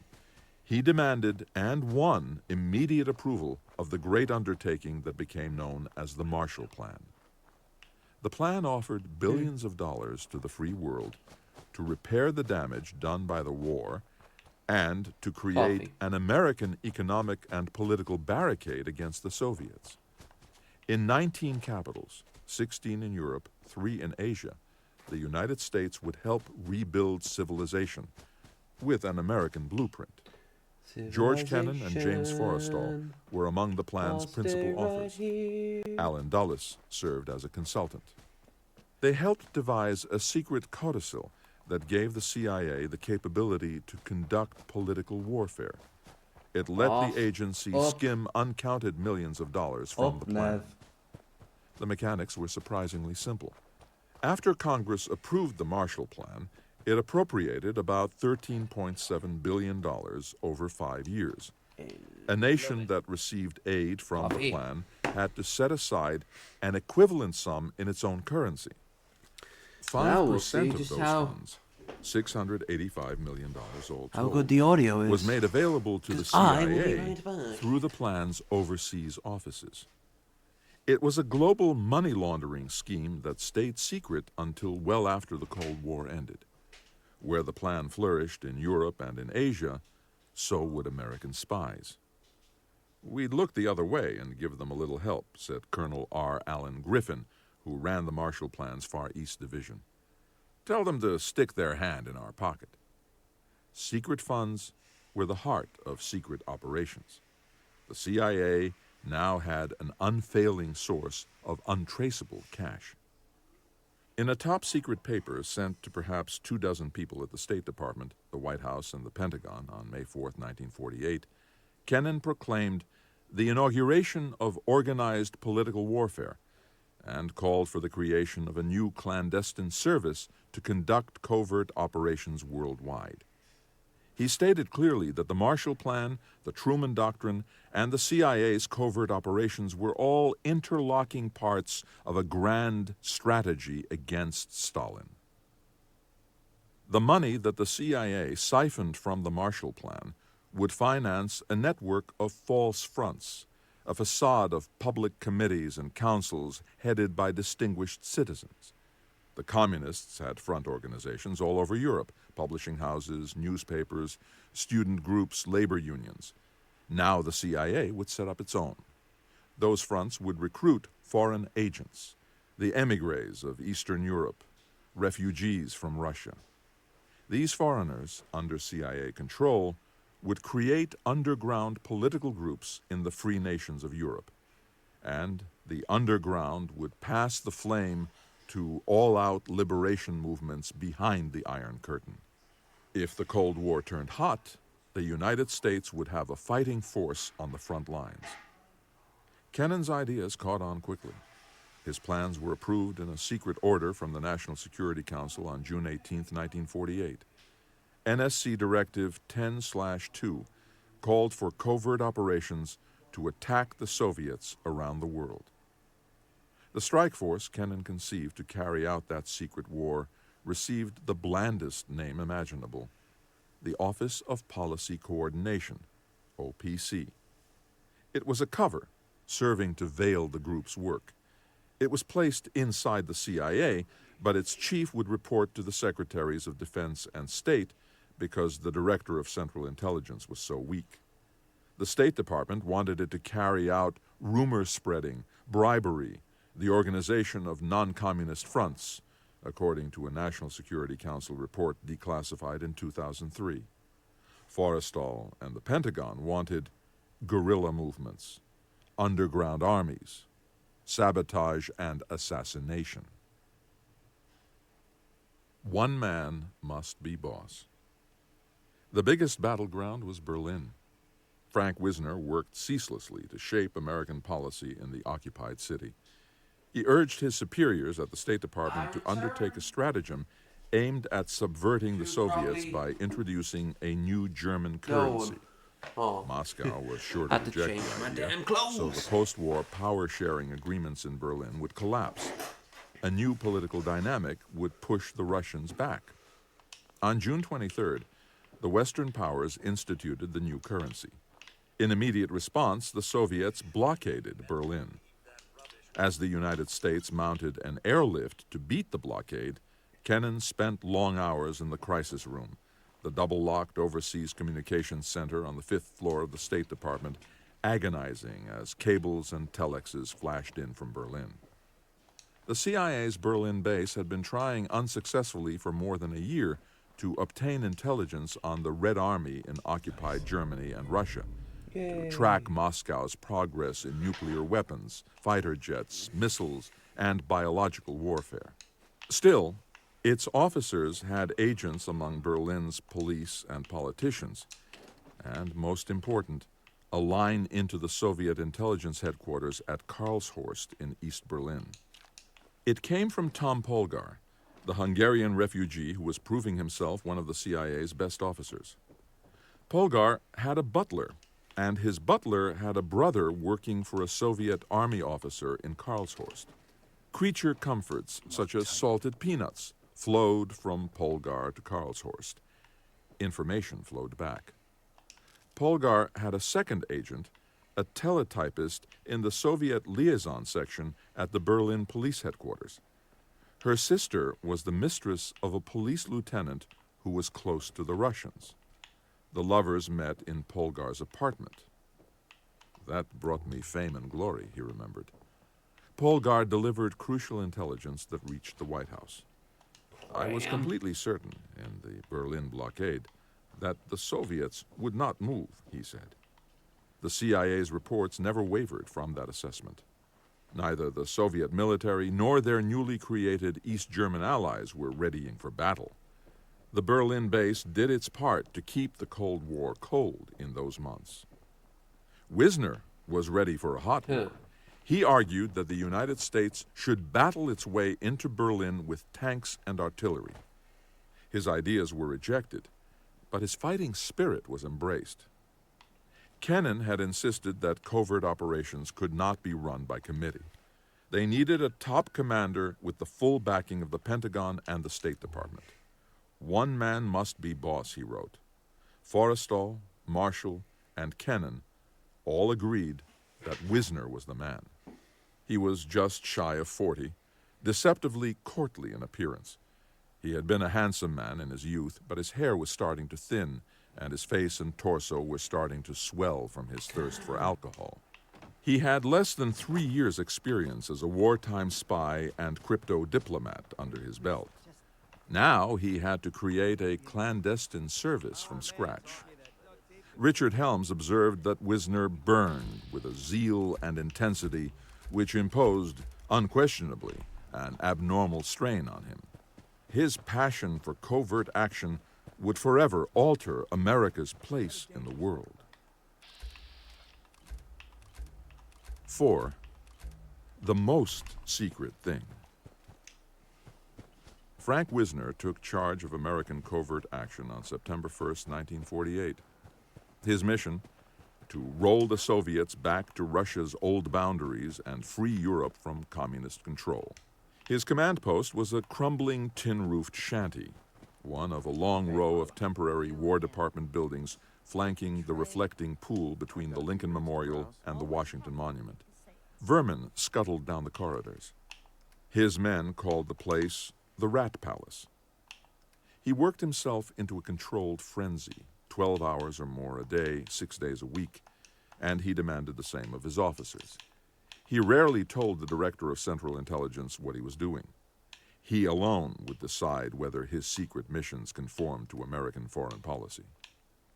His organization soon grew bigger than the rest of the agency combined. Covert operations Ooh, a became the brain gun. agency's dominant Shouldn't force, pop in yet until I with the talk to most what's people, his the name. most money, But the there it most is. power, and so they remained for more than 20 years. The CIA's stated mission had been to provide the president with secret information essential to the national security of the United States. But Wisner had no patience for espionage, no time for sifting and weighing secrets. Far easier to plot a coup or pay off a politician than to penetrate the Politburo, and for Wisner, far more urgent. Within a month, Wisner had drawn up battle plans for the next 5 years. He set out to create a multinational media conglomerate No water for on Abernathy propaganda. Farm? He sought to wage economic warfare against the Soviets by counterfeiting money and manipulating markets. He spent millions trying to tip the political scales in capitals across the world. He wanted to recruit legions of exiles, Russians, Albanians, Ukrainians, Poles, Hungarians, Czechs, Romanians, for armed resistance groups to penetrate the Iron Curtain.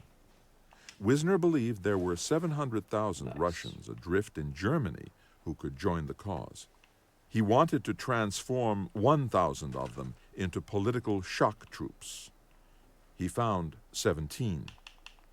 On Forrestal's orders, Wisner created networks of stay-behind agents, foreigners who would fight the Soviets on the opening days of World War III. The goal was to slow the advance of hundreds of thousands of the Red Army's troops in Western Europe. He wanted arms, ammunition, and explosives stockpiled in secret caches all over Europe and the Middle East to blow up bridges, depots, and Arab oil fields in the face of a Soviet advance.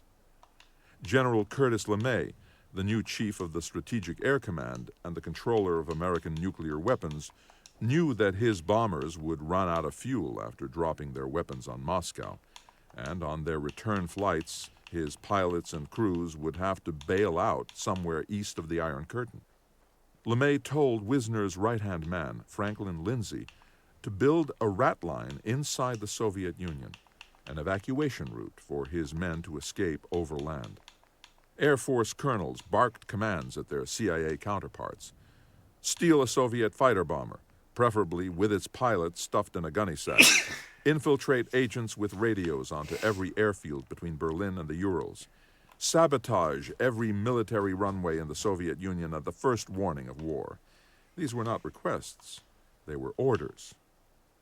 Above all, Wisner needed thousands of American spies.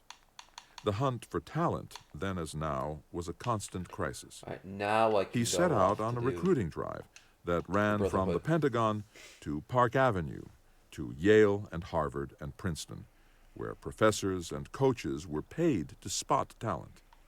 He hired lawyers, bankers, college kids, old school friends, veterans at loose ends. They would pull people off the streets. Anybody with warm blood who could say yes or no or move arms and legs, said the CIA's Sam Halpern. Wisner aimed to open at least 36 stations overseas within 6 months. He managed 47 in 3 years. Almost every city where he set up shop had 2 CIA station chiefs, one working on covert action for Wisner, the other working on espionage for CIA's Office of Special Operations. Brotherhood. Inevitably, they double-crossed one another, stole each other's agents, fought for the upper hand. Wisner poached hundreds of officers from the Office of Special Operations, offering higher salaries and the promise of greater glories. He commandeered aircraft, arms, ammunition, parachutes, and surplus uniforms from the Pentagon and its bases in the occupied zones of Europe and Asia. He soon controlled a military stockpile worth $250 million.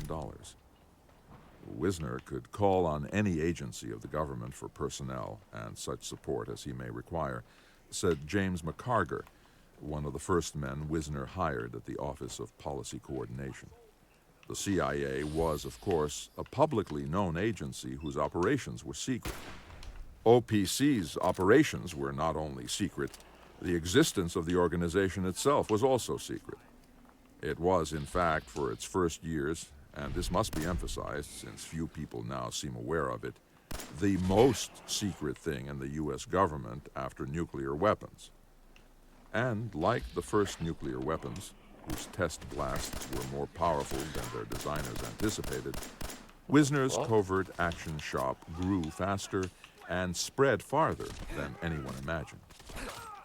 McCarger had toiled for the State Department in the Soviet Union during World War II, where he learned quickly that the only methods which would help you get your work done were clandestine. He had single-handedly evacuated Hungarian political leaders from Budapest, delivering them to a safe house in Vienna set up by Al Ulmer, the first CIA station chief in that occupied capital. The two became friends, and when they found themselves in Washington in the summer of 1948, Ulmer invited McCarger to meet his new boss. Wisner took them both to breakfast at the Hay Adams Hotel, the fanciest in Washington, just across Lafayette Park from the White House. McCarger was hired on the spot as a headquarters man and placed in charge of 7 nations: Greece, Turkey, Albania, Hungary, Romania, Bulgaria, and Yugoslavia. When he reported for work in October 1948, there were only 10 of us, including Wisner, a couple of officers, the secretaries, and myself. 10 people, McCarger said. Within a year, we were 450, and a few years after that, there were so many thousands. We were seen as kings. Wisner sent Al Ulmer to Athens, where he set out to cover 10 nations across the Mediterranean, the Adriatic, and the Black Sea. The new station chief bought a mansion on a hilltop overlooking the city, a walled compound with a 60-foot-long dining room and top-drawer diplomats for neighbors. We were in charge, Ulmer said many years later. We ran things. We were seen as kings. The CIA began channeling clandestine political and financial support to Greece's most ambitious military and intelligence officers, recruiting promising young men who might someday lead the nation. The connections they cultivated could pay great dividends later on. First in Athens and Rome, then across Europe, politicians, generals, spy chiefs, newspaper publishers, union bosses, cultural organizations, and religious associations began looking to the agency for cash and for counsel. Individuals, groups, and intelligence services quickly came to see that there was a force abroad in the world around which they could rally, said a secret CIA chronicle of Wisner's first years in power. Wisner's station chiefs needed cash. Wisner flew to Paris in mid-November 1948 to talk that problem over with Averell Harriman, the Marshall Plan's director. They met in a gilded suite at the Hotel Talleyrand, once the home of Napoleon's foreign minister. Under the gaze of a marble bust of Benjamin Franklin, Harriman told Wisner to dip as deeply as he needed into the plan's grab bag of dollars. Armed with that authority, Wisner returned to Washington to meet Richard Bissell, the Marshall Plan's chief administrator. I had met him socially and knew and trusted him, Bissell remembered. He was very much part of our inner circle of people. Wisner came right to the point. Bissell was baffled at first, but Wisner took the time to assuage at least some of my concerns by assuring me that Harriman had approved the action.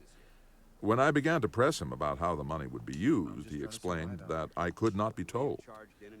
Bissell would learn soon enough. A decade later, he took Wisner's job. Wisner proposed to break communist influence over the largest trade federations in France and Italy with cash from the plan. Kennan personally authorized these operations. Wisner chose 2 talented labor leaders to run the first of those operations in late 1948. J. Lovestone, a former chairman of the American Communist Party, and Irving Brown, his devoted follower. Both men were dedicated anti-communists, transformed by the bitter ideological battles of the 1930s. Lovestone served as executive secretary of the Free Trade Union Committee, a spin-off of the The more American I play this Federation of game, the Labor. more I realize they just Brown was copied his chief Space representative Marines. in That's Europe. all they did. They delivered small fortunes from the CIA to labor groups backed by Christian Democrats and the Catholic Church. Payoffs in the gritty ports of Marseille and Naples guaranteed that Not in the American original arms one, and but for military this more than materiel ever. would be offloaded by friendly longshoremen. The CIA's money and power flowed into the well-greased palms of Corsican gangsters who knew how to break a strike with bare knuckles. One of Wisner's more genteel tasks was underwriting an arcane association that became an influential CIA front for 20 years, the Congress for Cultural Freedom. He envisioned a vast project targeted on the intellectuals, the battle for Picasso's mind, if you will, in the elegant phrase of the CIA's Tom Braden, an OSS veteran and Sunday night supper regular. This was a war of words, fought with little magazines, paperback books, and high-minded conferences. I think the budget for the Congress for Cultural Freedom 1 year that I had charge of it was about $800,000, $900,000, Braden said. That Oh, hey, included Bill. the startup funds for the high-minded monthly Hope you're called well. Encounter, which created a swirl of influence in the 1950s without selling more than 40,000 copies an issue. That was a kind of missionary work that appealed to the liberal arts majors newly arrived at the agency. It was a good life, running a little paper or a publishing house in Paris or Rome, the junior year abroad of American intelligence. Wisner, Kennan, and Allen Dulles saw a far better way to harness the political fervor and intellectual energies of Eastern European exiles and channel them back behind the Iron Curtain. Radio Free Europe.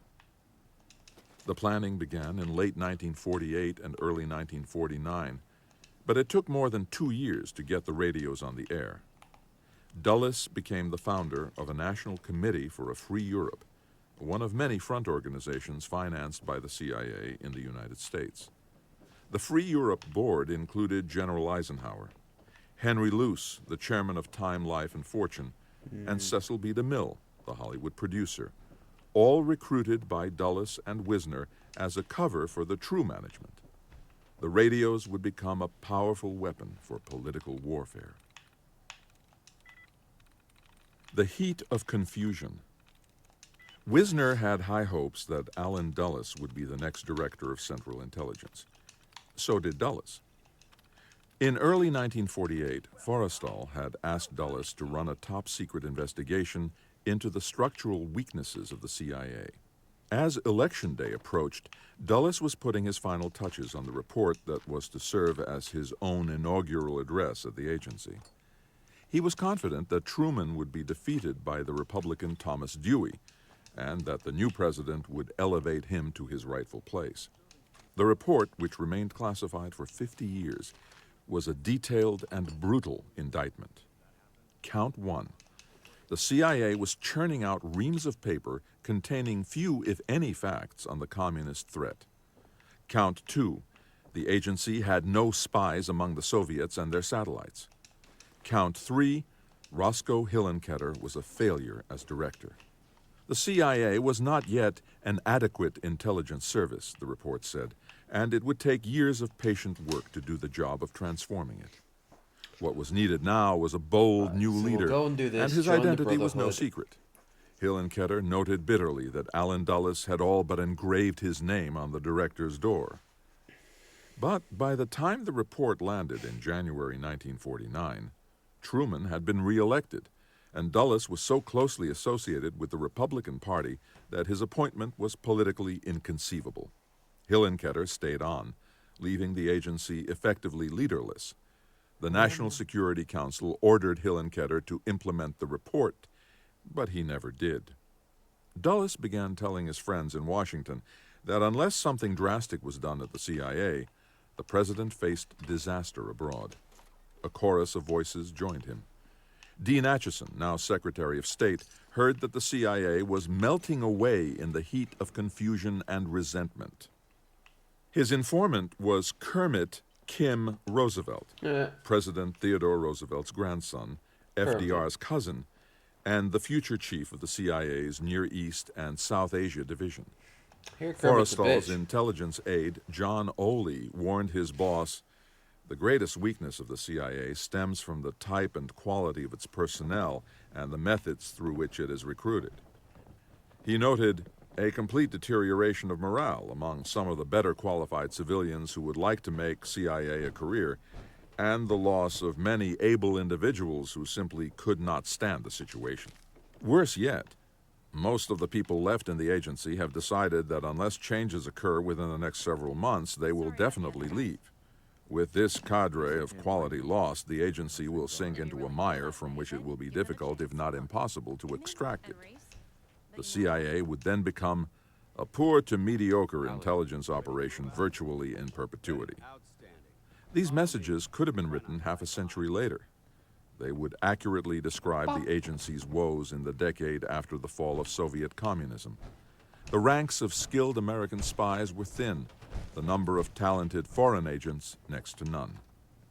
The capabilities of the CIA were not the only problem. The pressures of the Cold War were fracturing the new leaders of the national security establishment. James Forrestal and George Kennan had been the creators and commanders of the CIA's covert operations, but they proved unable to control the machine they had set in motion.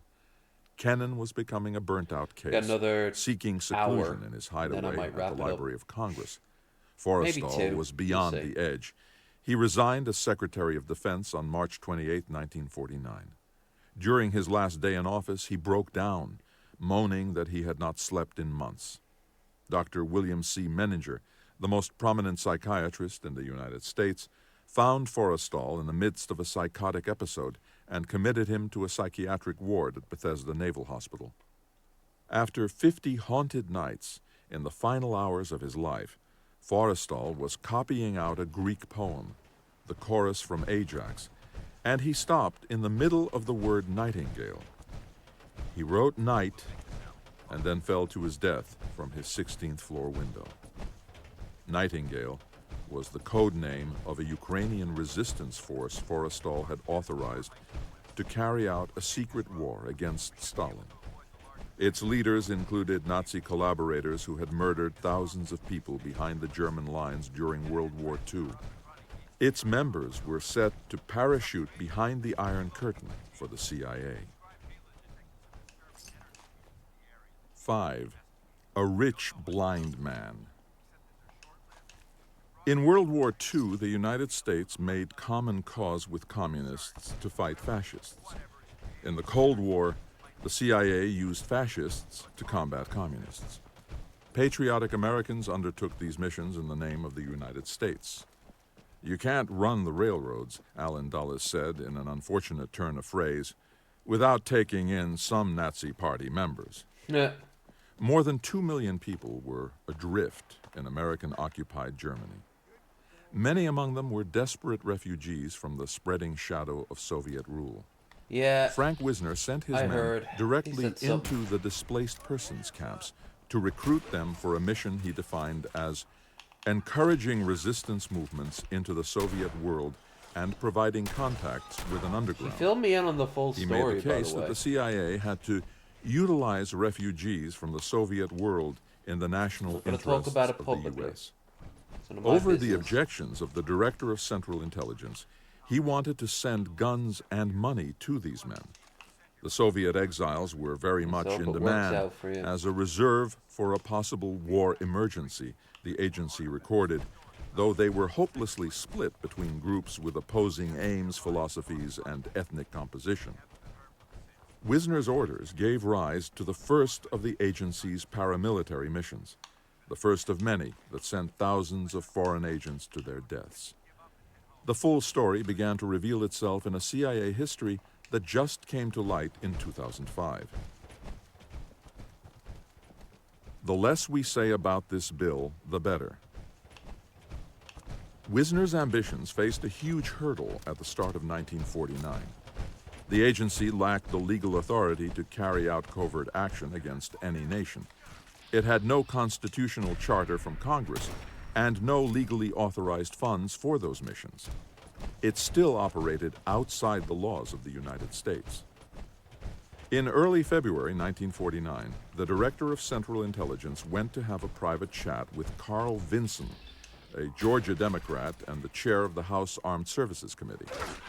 Hillenkoetter warned that Congress had to pass formal legislation blessing the CIA and granting it a budget as soon as possible.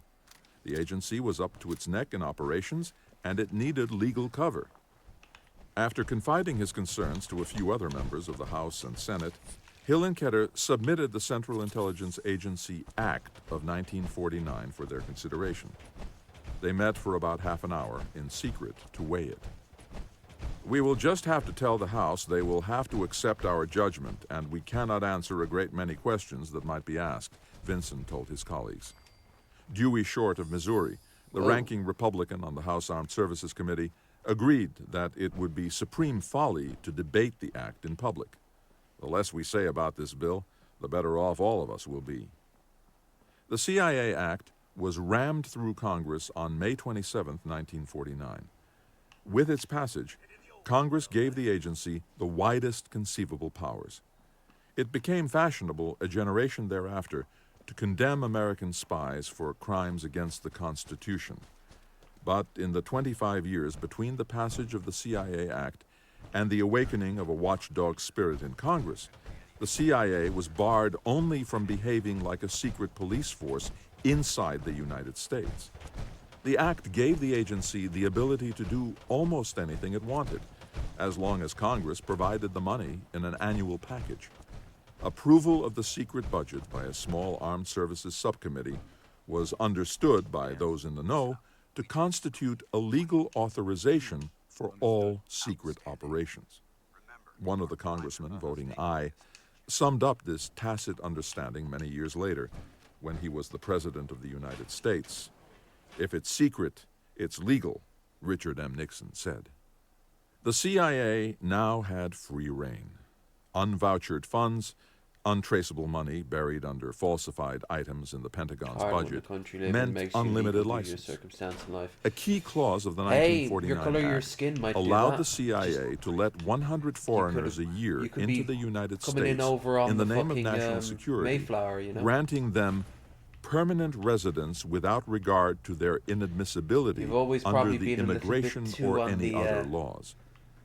On the same day that President Truman signed the CIA Act of 1949 into law, Willard G. Weiner, the two-star general now running the agency's Office of Special Operations, told American immigration officials that a Ukrainian named Mykola Lebed was rendering valuable assistance to this agency in Europe. Under the newly approved law, the CIA smuggled Lebed into the United States. The agency's own files describe the Ukrainian faction led by Lebed as a terrorist organization. Lebed himself had gone to prison for the murder of the Polish interior minister in 1936, and he escaped when Germany attacked Poland 3 years later. He saw the Nazis as natural allies. The Germans recruited his men into 2 battalions, including the one named Nightingale, which fought in the Carpathian Mountains, survived past the end of the war, and remained in the forests of Ukraine to haunt Secretary of Defense Forrestal. Lebed had set himself up as a self-proclaimed foreign minister in Munich and offered his Ukrainian partisans to the CIA for missions against Moscow. The Justice Department determined that he was a war criminal who had slaughtered Ukrainians, Poles, and Jews, but all attempts to deport him ceased after Allen Dulles himself wrote to the Federal Immigration Commissioner saying Lebed was of inestimable value to this agency and was assisting in operations of the first importance.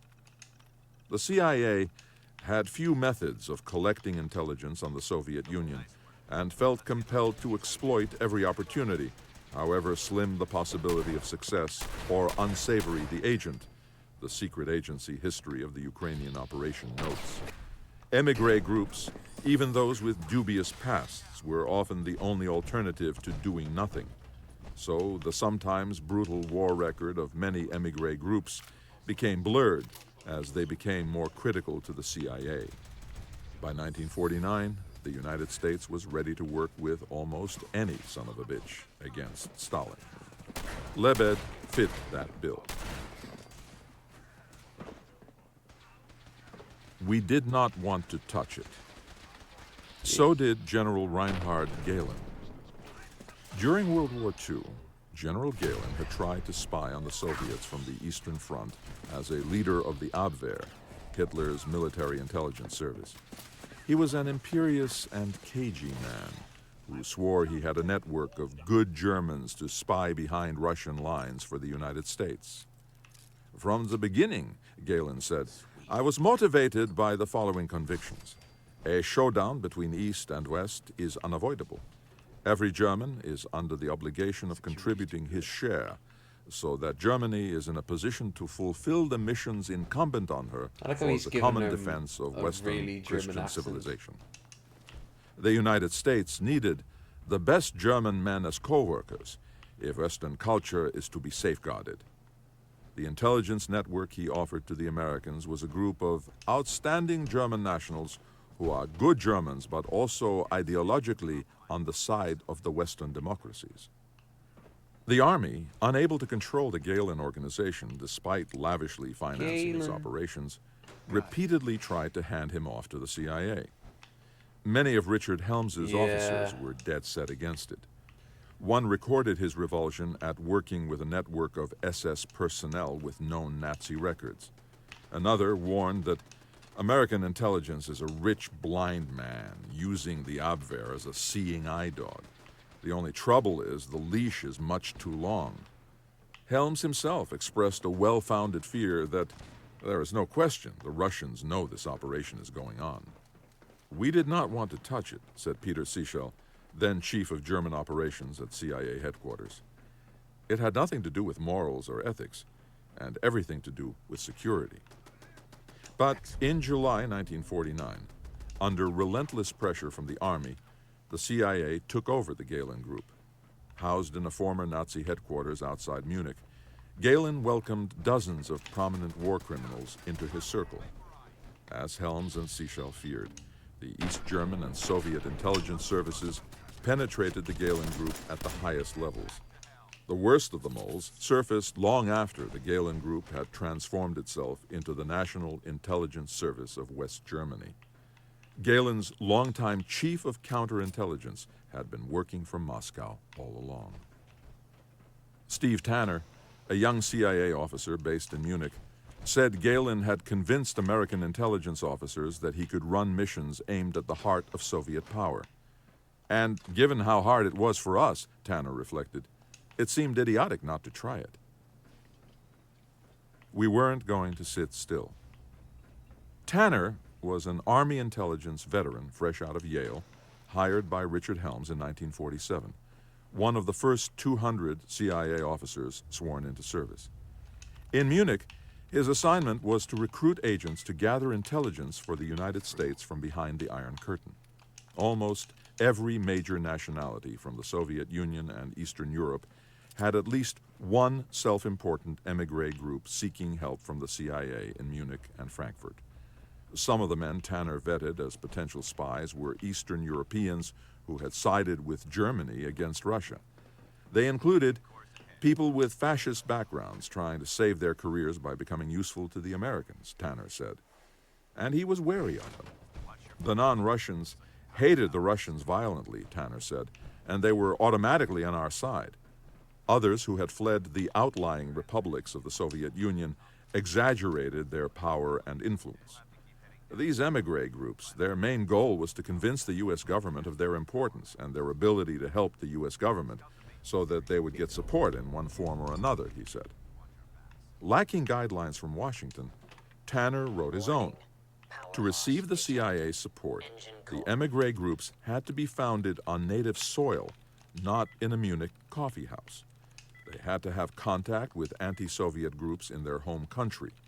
They should not be compromised by close collaboration with the Nazis. In December 1948, after a long and careful assessment, Tanner believed he had found a band of Ukrainians who deserved the CIA's backing. The group called itself the Supreme Council for the Liberation of the Ukraine. Its members in Munich served as political representatives of the fighters back home. The Supreme Council, Tanner reported to headquarters, was morally and politically sound. Tanner spent the spring and summer of 1949 preparing to infiltrate his Ukrainians behind the Iron Curtain. The men had come out of the Carpathian Mountains as couriers months before, carrying messages from the Ukrainian underground written on thin sheets of paper folded into wads and sewn together. These scraps were signs of a stalwart resistance movement that could provide intelligence on events in Ukraine and warning of a Soviet attack on Western Europe. Hopes were even higher at headquarters. The CIA believed that the existence of this movement could have bearing on the course of an open conflict between the United States and the USSR. Tanner hired a daredevil Hungarian air crew who had hijacked a Hungarian commercial airliner and flown it to Munich a few months earlier. General Weiner, the CIA Special Operations Chief, formally approved the mission on July 26th. Tanner supervised their training in Morse code and weaponry, planning to drop two of them back into their homeland so that the CIA could communicate with the partisans. But the CIA had no one in Munich with experience in parachuting agents behind enemy lines. Tanner finally found someone. Right. A Serbo-American In many ways, colleague it's who had led up to parachuted today. into Yugoslavia in World War II taught my And guys we're how to only jump and land. in the late And it was 40s. crazy. How can you do a backward somersault on impact with a carbine strapped to your side? But that was the kind of operation that had made the Enemy OSS of my enemy famous. is my Tanner successor's cautioned against great embarrassment. expectations. We realized that in the woods of western Ukraine, they weren't liable to know what was on Stalin's mind, the big political issues, he said. At least they could get documents, they could get pocket litter, clothing, shoes. To create a real network of spies inside the Soviet Union, the CIA would have to provide them with elements of disguise, the daily detritus of Soviet life. Even if the missions never produced much important intelligence, Tanner said, they would have strong symbolic value. They showed Stalin that we weren't going to sit still. And that was important because up till then, we had done zilch as far as operations into his country. On September 5th, 1949, Tanner's men took off in a C-47 flown by the Hungarians who had hijacked their way into Munich. Singing a martial strain, they jumped into the darkness of the Carpathian night, landing near the city of Lviv. American intelligence had penetrated the Soviet Union. The CIA history declassified in 2005 offers a terse summary of what happened next. The Soviets quickly eliminated the agents. What had we done wrong? The operation, nevertheless, set off a huge wave of enthusiasm at CIA headquarters. Wisner began drawing up plans to send more men to recruit networks of dissidents, All our men create died. American-backed Let's do it again. resistance forces, and send the White House early warning of a Soviet military attack. The CIA dispatched dozens of Ukrainian agents by air and by land. Almost every one was captured. Soviet intelligence officers used the prisoners to feed back disinformation. All's well, send more guns, more money, more men. Then they killed them. After 5 years of abortive missions, the agency's history states, CIA discontinued this approach. In the long run, it concludes, the agency's effort to penetrate the Iron Curtain using Ukrainian agents was ill-fated and tragic. Wisner was undaunted. He started new paramilitary adventures all over Europe. In October 1949, 4 weeks after the first flight into the Ukraine, Wisner teamed up with the British to run rebels into communist Albania, the poorest and most isolated nation in Europe. He saw this barren Balkan outcrop as fertile ground for a resistance army formed from exiled royalists and ragtag loyalists in Rome and Athens. A ship launched from Malta carried 9 Albanians on the first commando mission. 3 men were killed immediately, and the secret police chased down the rest. Wisner had neither the time nor the inclination for introspection. He flew more Albanian recruits to Munich for parachute training then turned them over to the Athens station, which had its own airport, a fleet of planes, and some tough Polish pilots. They jumped into Albania and landed in the arms of the secret police. With each failed mission, the plans became more frantic, the training more slipshod, The the CIA Albanians gives more you a desperate, parachute, just their jump capture without it. more certain. The agents who survived were taken prisoner, their messages back to the Athens station controlled by their captors. What had we done wrong? Wondered the CIA's John Lyman Hart, who was handling the Albanians in Rome. It took years before the CIA understood that the Soviets had known every aspect of the operation from the start. The training camps in Germany were infiltrated. The Albanian exile communities in Rome, Athens, and London were shot through with traitors. And James J. Angleton, the headquarters man responsible for the security of secret operations, the CIA's guardian against double agents, had coordinated the operation with his best friend in British intelligence, the Soviet spy, Kim Philby, London's liaison with the agency. Philby worked for Moscow out of a secure room in the Pentagon, adjacent to the Joint Chiefs of Staff. Jesus. His friendship with Angleton was sealed with the cold kiss of gin and the warm embrace of whiskey. He was an extraordinary drinker, knocking back a fifth a day, and Angleton was on his way to becoming one of the CIA's champion alcoholics, a title held against stiff competition. For more than a year, before and after many a liquid lunch, Angleton gave Philby the precise coordinates for the drop zones for every agent the CIA parachuted into Albania.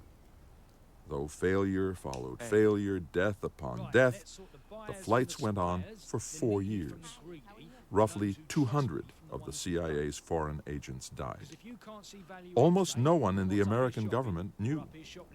It was a most secret thing. Angleton was promoted to Chief of Counterintelligence when it was over.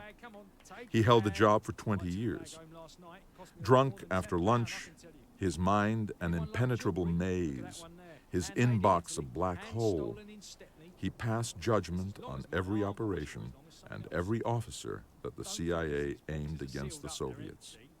He came to believe that a Soviet master plot controlled American perceptions of the world, and that he and he alone understood the depths of the deception. He took the CIA's missions against Moscow down into a dark labyrinth. A fundamentally bad idea.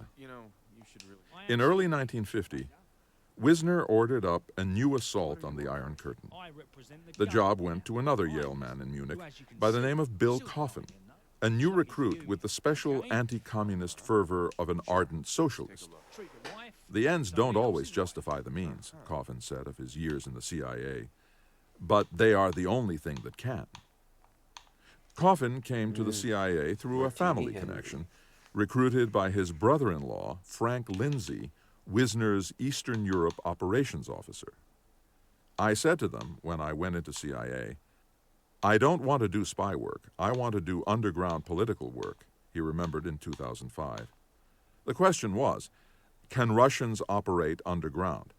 And that seemed to me quite morally acceptable at the time.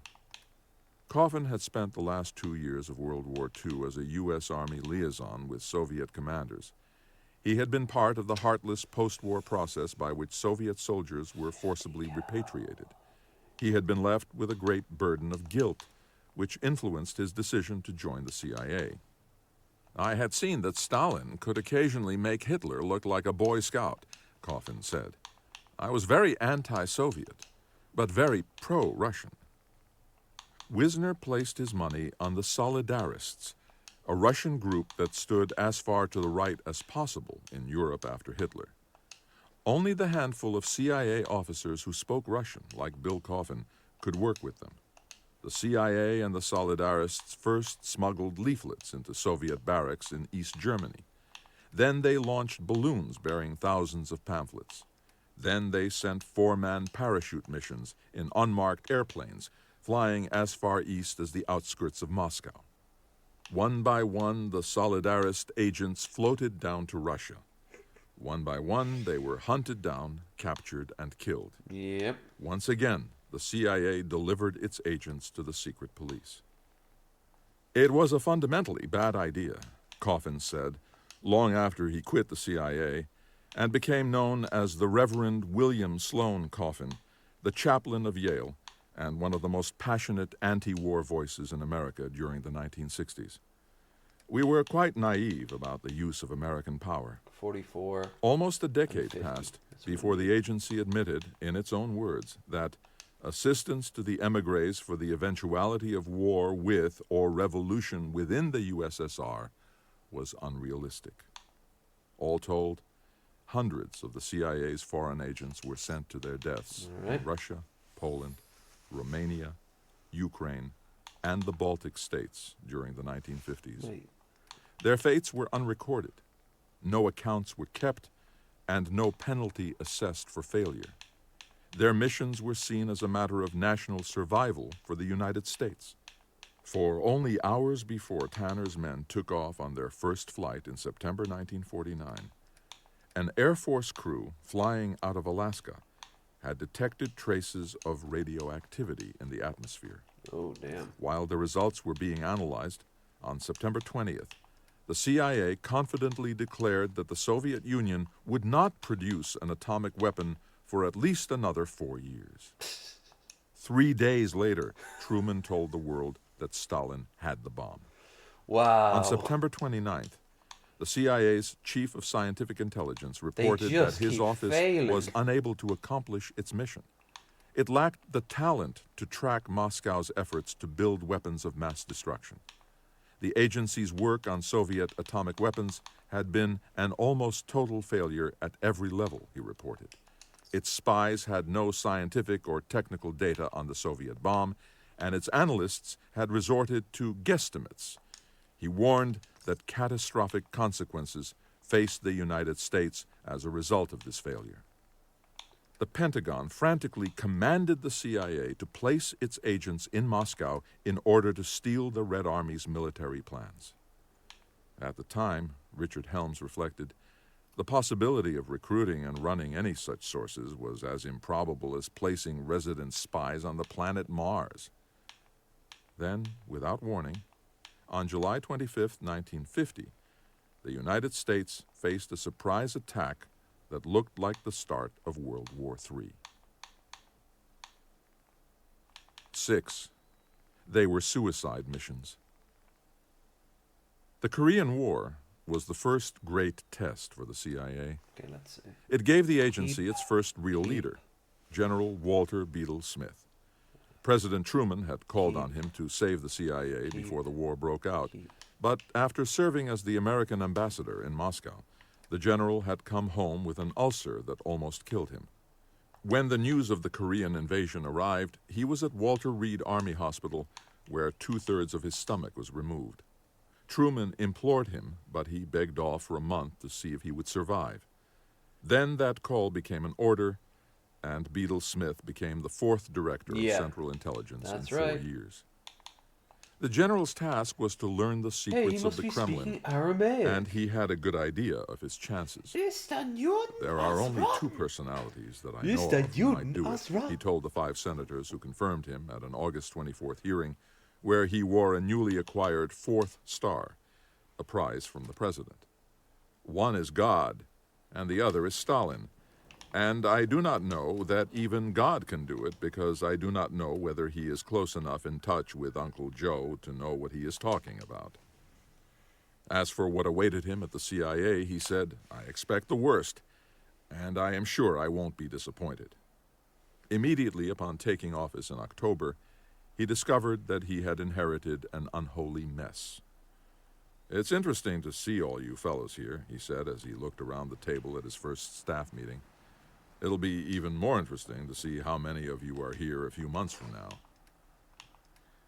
Beadle Smith was fiercely authoritarian, devastatingly sarcastic, and intolerant of imperfection. Wisner's sprawling operations left him spluttering with rage. Try to find it was the place where all the money was spent, he said, and Metal all the Gear rest Solid of the agency characters was are. suspicious of it.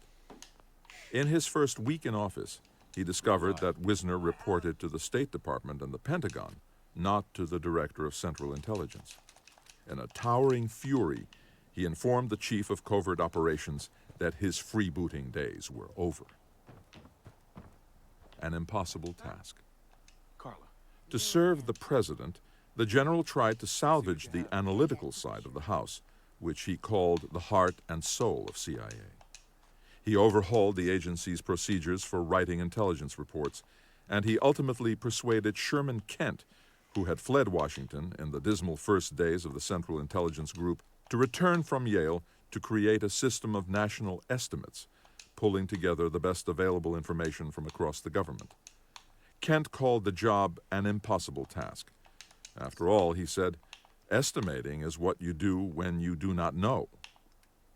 Days after Beadle Smith took over, Truman was preparing to meet with General Douglas MacArthur on Wake Island in the Pacific. The president wanted the CIA's best intelligence on Korea. Above all, he wanted to know whether the communist Chinese would enter the war. MacArthur, driving his troops deep into North Korea, had insisted that China would never attack. The CIA knew almost nothing about what went on in China. In October 1949, by the time Mao Zedong drove out the nationalist forces of Chiang Kai-shek and proclaimed the People's Republic, all but a handful of the American spies in China had fled to Hong Kong or Taiwan. Already hobbled by Mao, the CIA was crippled by MacArthur, who hated the agency and did his best to ban its officers from the Far East. Though the CIA worked frantically to keep an eye on China, the chains of foreign agents it had inherited from the OSS were far too weak. So was the agency's research and reporting. 400 CIA analysts worked on daily intelligence bulletins for President Truman at the start of the Korean War. But 90% of their reporting was rewritten State Department files. Most of the rest was weightless commentary. The CIA's allies in the theater of war were the intelligence services of two corrupt and unreliable leaders, South Korea's president, Syngman Rhee, and the Chinese nationalist chief, Chiang Kai-shek. The strongest first impression of the CIA officers upon arriving in their capitals of Seoul and Taipei was the stench of human feces fertilizing the surrounding fields. Reliable information was as scarce as electricity and running water. The CIA found itself manipulated by crooked friends, duped by communist foes, and at the mercy of money-hungry exiles fabricating intelligence. Pretty. Fred Schulteis, the Hong Kong station chief in 1950, spent the next 6 years sorting through the trash that Chinese refugees sold the agency during the Korean War. The CIA was supporting a free market of paper mills run by con artists. The one true source of intelligence on the Far East from the final days of World War II until the end of 1949 had been the wizards of American signals intelligence. They had been able to intercept and decrypt passages from communist cables and communiques sent between Moscow and the Far East.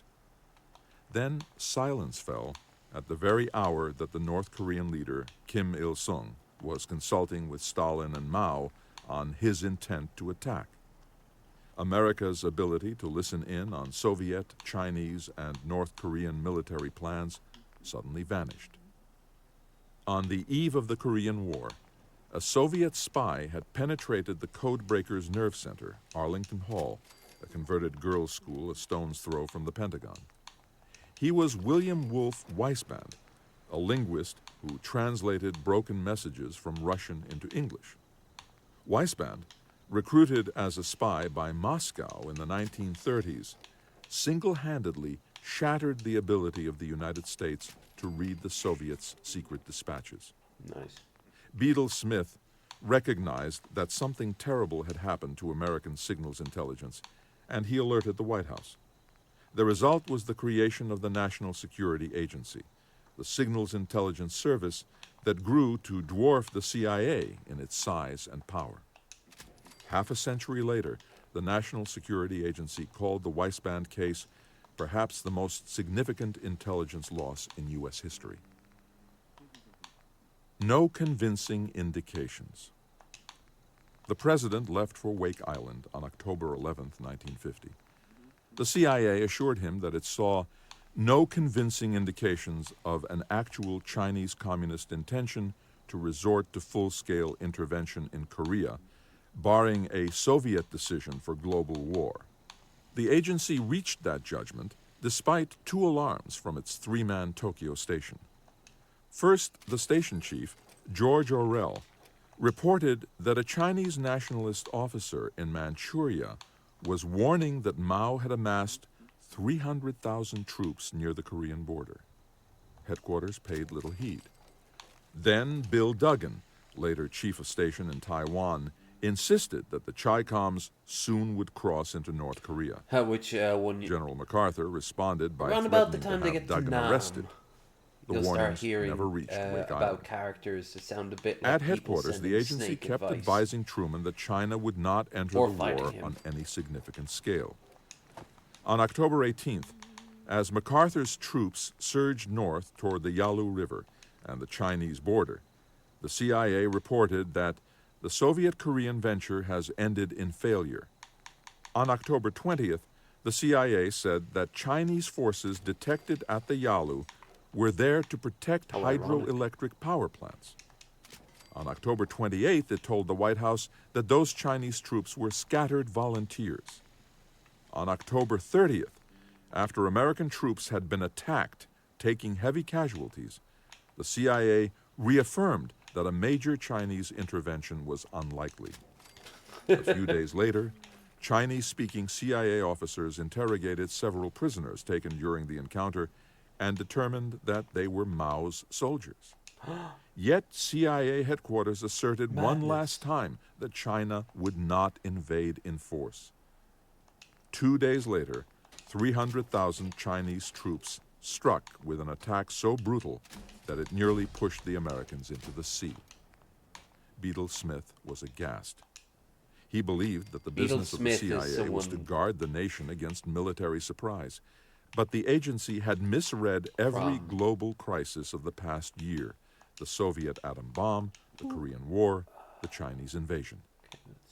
In December 1950, Metal as Gear. President Truman declared a national So he's an emergency inspiration. and recalled General I forget of Eisenhower whom. to active duty, Beadle Smith stepped up his think own he's war one of the to turn Patriots. the CIA into a professional intelligence service. He looked first for someone to control Frank Wisner. A distinct danger. Hell yeah. Only one name presented itself. On January 4th, 1951, Beadle Smith bowed to the inevitable Hell yeah. and appointed Allen Dulles as the CIA's Dulles. Deputy Director of Plans. The title was a cover. The job was Chief of Covert Operations. The two men quickly proved to be a bad match, as the CIA's Tom Polgar saw when he observed them together at headquarters. Beadle clearly doesn't like Dulles, and it's easy to see why, he recounted. An Army officer gets an order and he carries it out.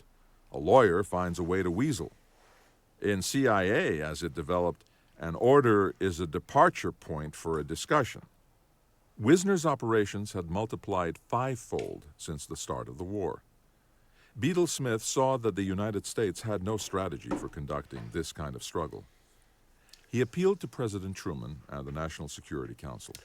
Who Was was the the British agency guy really supposed to from support Metal Gear armed Solid revolution who'd, in Eastern Europe, in send China, you in messages, Russia? and then it turned out The in Metal Gear Pentagon and Solid the State 5, Department they replied, went and yes, found all that and more. The director wondered how. the Patriots. Wisner was hiring hundreds of college kids every month, We're gonna running be them hearing through a basically few a weeks of character that's commando more or less school, that. sending them overseas for half a year, rotating them out, and sending more raw recruits to replace them. He was trying to build a worldwide military machine without a semblance of I professional have Metal Gear training, Solid around logistics, here or somewhere. communications. Beadle Smith sat at his desk, nibbling the crackers and warm mush on which he survived after his stomach surgery, and his anger mingled with despair. His second in command, the Deputy Director of Central Intelligence, Bill Jackson, resigned in frustration, saying that the CIA's operations were an impossible tangle. Beadle Smith had no choice but to promote Dulles to Deputy Director and Wisner to Chief of all Covert Operations. When he saw the first CIA budget the two men proposed, he exploded. It was $587 million, an 11-fold increase from 1948. More than $400 million was for Wisner's covert operations, 3 times the cost of espionage and analysis combined. This posed a distinct danger to CIA as an intelligence agency, Beadle Smith fumed. The operational tail will wag the intelligence dog, he warned. The top people will be forced to take up all their time in the direction of operations and will necessarily neglect intelligence. It was then that the general began to suspect that Dulles and Wisner were hiding something from him. At his daily meetings with the CIA's deputy directors and staff, recorded in documents declassified after 2002, he constantly cross-examined them about what was going on overseas. But his direct questions received unaccountably vague responses, or none at all. He warned them not to withhold or to whitewash unfortunate incidents or serious errors. He ordered them to create a detailed accounting of their paramilitary missions, code names, descriptions, objectives, costs. They never complied. In exasperation, he visited upon them more violent manifestations of his wrath than he did upon anybody else, wrote his personal representative on the NSC staff, Ludwell Lee Montague. Beadle Smith was not afraid of much, but he was angry and frightened by the thought that Dulles and Wisner were leading the CIA to some ill-conceived and disastrous misadventure, Montague wrote. He feared that some blunder overseas might become public knowledge. We didn't know what we were doing. The classified CIA histories of the Korean War reveal what Beadle Smith feared. They say the agency's paramilitary operations were not only ineffective, but probably morally reprehensible in the number of lives lost. Thousands of recruited Korean and Chinese agents were dropped into North Korea during the war, never to return. The amount of time and treasure expended was enormously disproportionate to attainments, the agency concluded. Nothing was gained from the substantial sums spent and the numerous Koreans sacrificed. Hundreds more Chinese agents died after they were launched onto the mainland in misconceived land, air, and sea operations. Most of these missions weren't sent for intelligence. They were sent to supply non-existent or fictitious resistance groups, said Peter Sisho, who saw the string of failures play out after he became station chief in Hong Kong. They were suicide missions. They were suicidal and irresponsible. You think? They continued into the 1960s. Legions of agents sent to their deaths chasing shadows. In the early days of the war, Wisner assigned 1,000 officers to Korea When I was a and kid, you'd still 300 to hear Taiwan, stories of people with being orders to let go penetrate from, Mao's walled fortress and Kim places in Il-sung's China, military from dictatorship. Vietnam and shit. These men were thrown into battle with little preparation or training.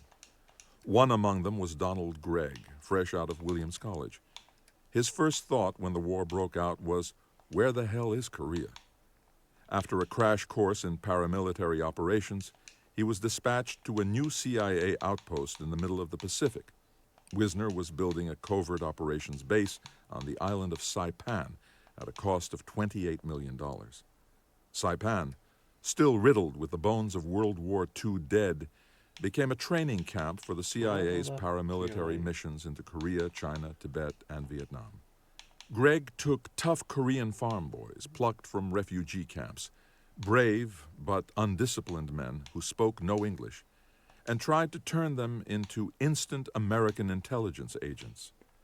The CIA sent them on crudely conceived missions that Wait produced until it little, gets to save Vietnam. a The lengthening stories roster that of are going lost to come lives. out. They used The memory tribes stayed with people Gregg in as he fucking rose through the loincloths. ranks of the Far East Division People to fought each become other the over CIA's station chief in sausages. Seoul, then the U.S. ambassador to South Korea, and finally the chief national security aide to Vice President George Every H. decade W. has Bush. its own silliness. We were following in the footsteps of the OSS, Gregg said, but the people we were going up against had complete control. We didn't know what we were doing. I asked my superiors what the mission was, and they wouldn't tell me. They didn't know what the mission was. It was swashbuckling of the worst kind. We were training Koreans and Chinese and a lot of other strange people, dropping Koreans into North Korea, dropping Chinese into China just north of the Korean border. And we'd drop these people in, and we'd never hear from them again. The record in Europe was bad, he said. The record in Asia was bad. The agency had a terrible record in its early days. A great reputation and a terrible record. This book is continued on Disc 3. Disc 3. And speaking Legacy of 3, of we're 3 Ashes hours in. by Tim Weiner, continued. Well, we're not. We're Disc 3. 45 minutes. Still. CIA was being I'm ready duped. I'm still out to go. Beadle Smith repeatedly warned Wisner to watch out for false intelligence fabricated by the enemy. But some of Wisner's officers were fabricators themselves, including the station chief and the chief of operations he sent to Korea. In February, March, and April 1951, more than 1,200 North Korean exiles were gathered on Yongdo Island in Pusan Harbor under the command of the operations chief Hans Tofte, an OSS veteran with a greater talent for deceiving his superiors than his enemies.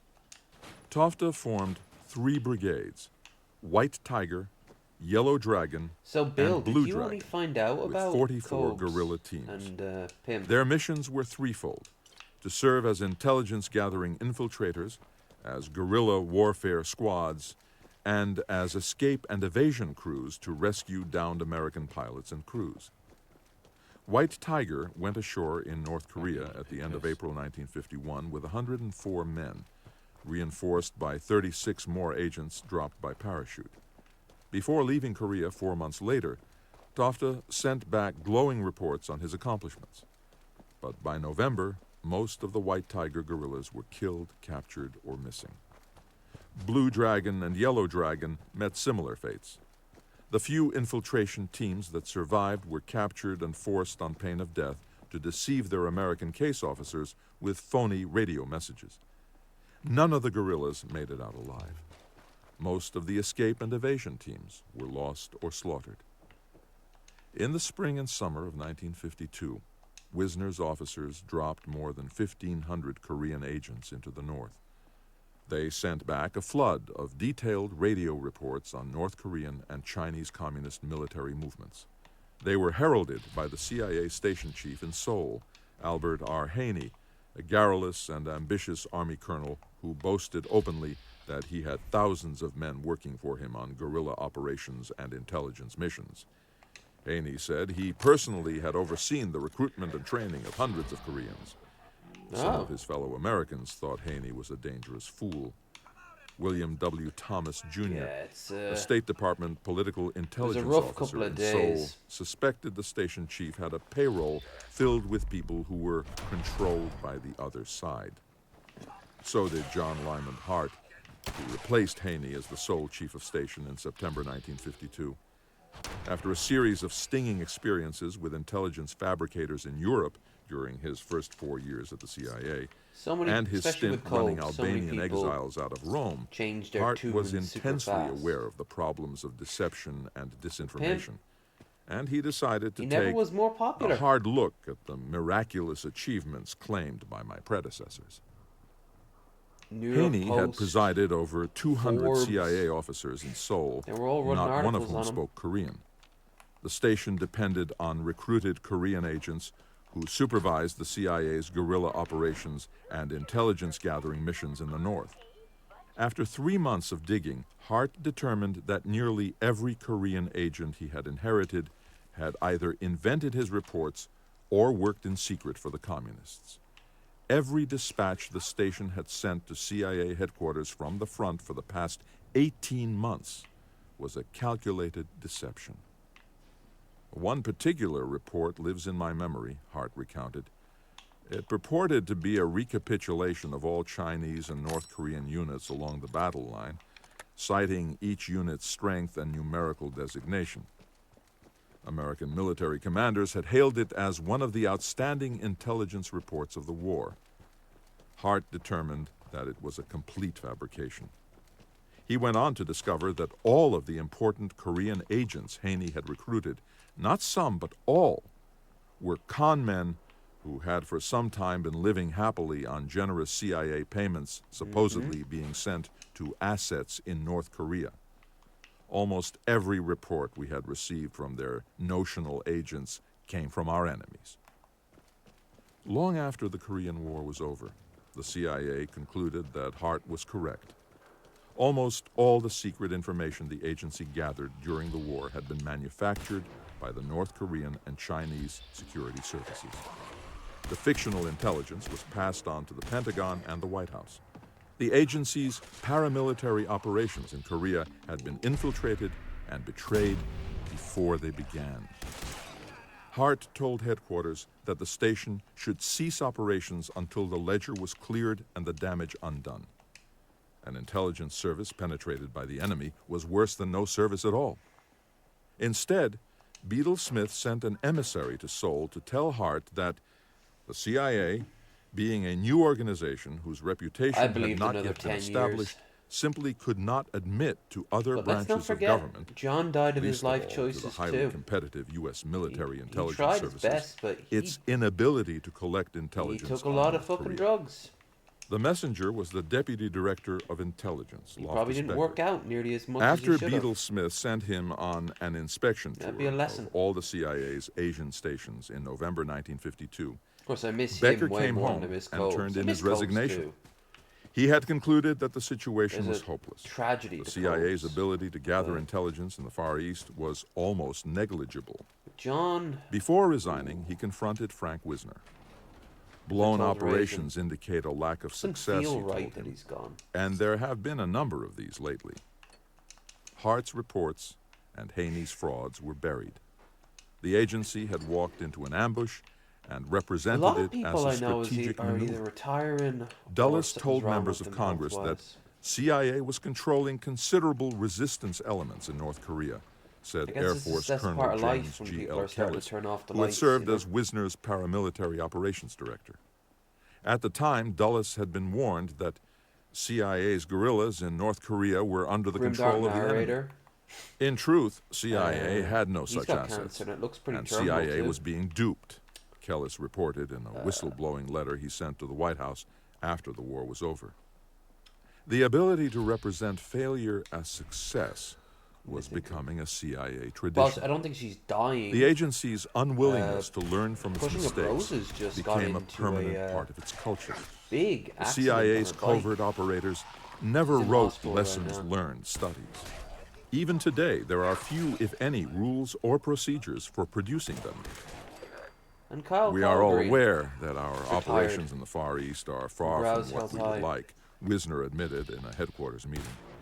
We simply have not had the time to develop the quantity and kind of people we must have if we are to successfully carry out the heavy burdens which have been placed on us. The inability to Everything penetrate comes North to an Korea end. remains the longest-running intelligence failure Everything in the changes. CIA's history.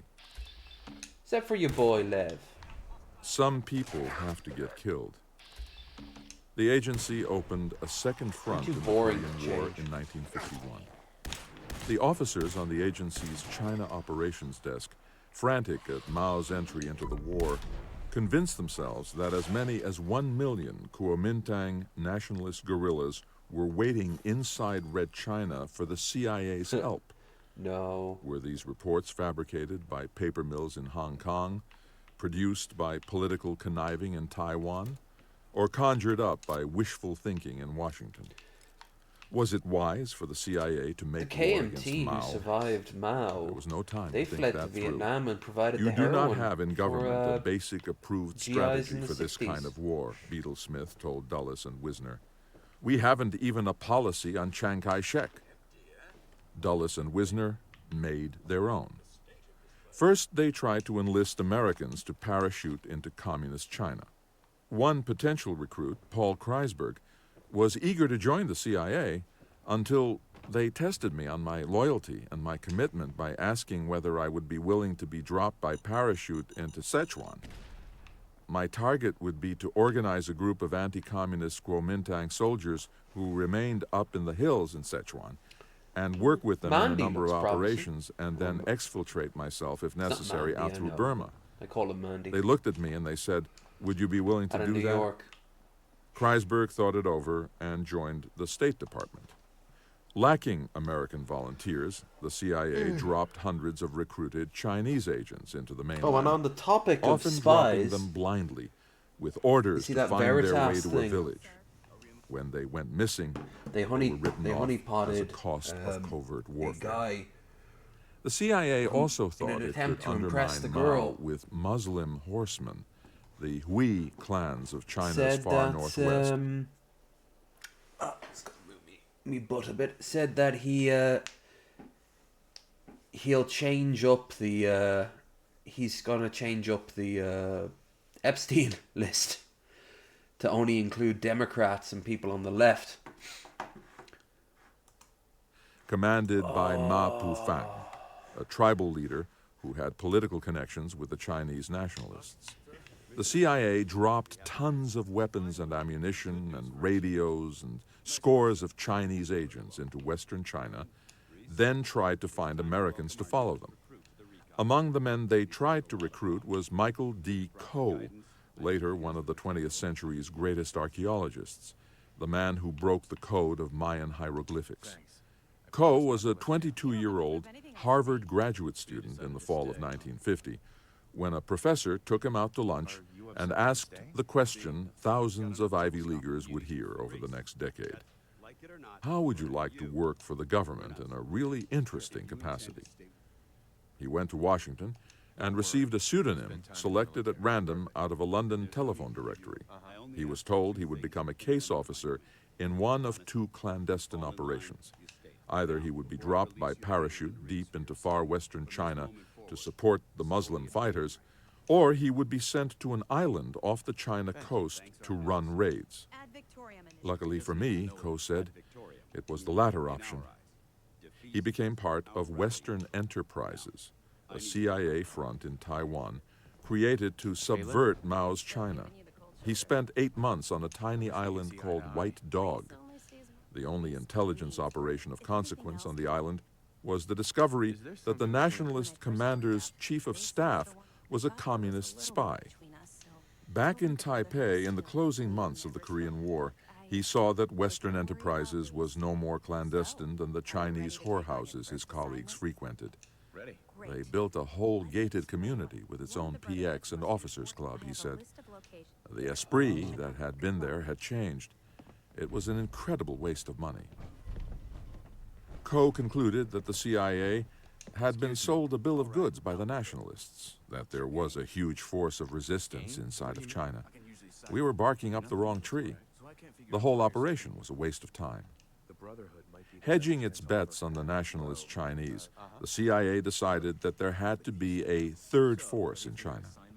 From April 1951 until the end of 1952, the agency spent roughly $100 million buying enough arms and ammunition for 200,000 guerrillas without finding the elusive third force.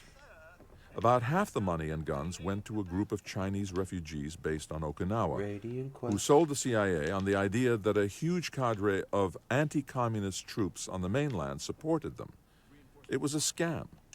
Ray Piers, the OSS veteran who ran Western Enterprises, said that if he ever found a real live soldier of the Third Force, he would kill him, stuff him, and ship him to the Smithsonian Institution.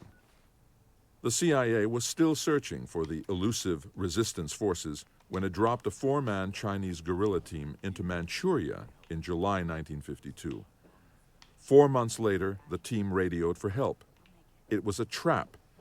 They had been captured and turned against the CIA by the Chinese. The agency authorized a rescue mission using a newly devised sling designed to scoop up the stranded men.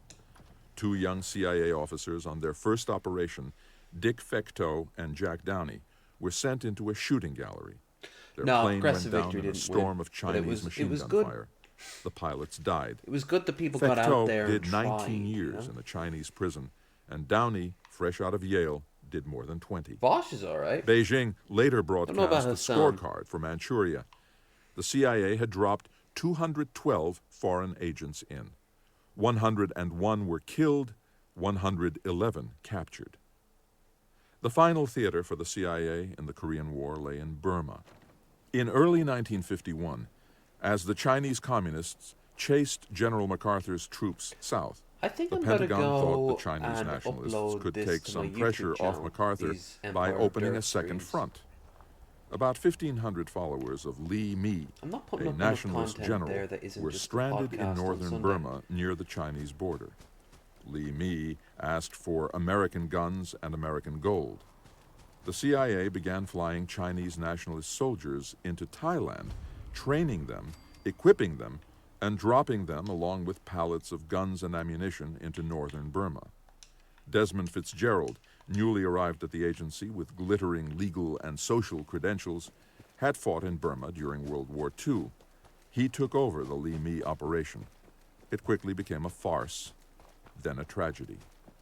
When Li Mi's soldiers crossed over into China, Mao's forces shot them to pieces. The CIA's espionage officers discovered that Li Mi's radio man in Bangkok was a Chinese communist agent. But Wisner's men pressed on. Li Mi's soldiers retreated and regrouped. When Fitzgerald dropped more guns and ammunition into Burma, Li Mi's men would not fight. They settled into the mountains known as the Golden Triangle, harvested opium poppies, and married the local women. Yep.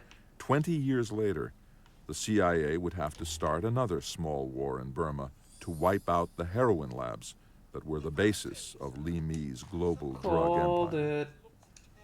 There is no point in bemoaning opportunities lost, nor attempting to alibi past failures. If you've ever seen Beadle Smith American wrote in a letter Gangster, to General that's Matthew B. Ridgway, MacArthur's successor as was chief of the talking Far to. East Command.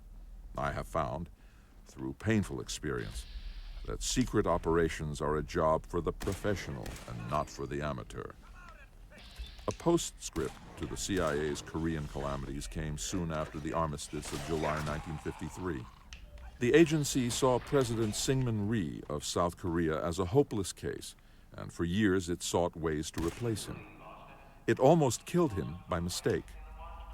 One cloudless afternoon in late summer, a yacht sailed slowly past the shoreline of Yeongdo, the island encampment where the CIA trained its Korean commandos. President Rhee was on board having a party with his friends. The officers and guards in charge of the training site had not been informed that President Rhee would be passing by.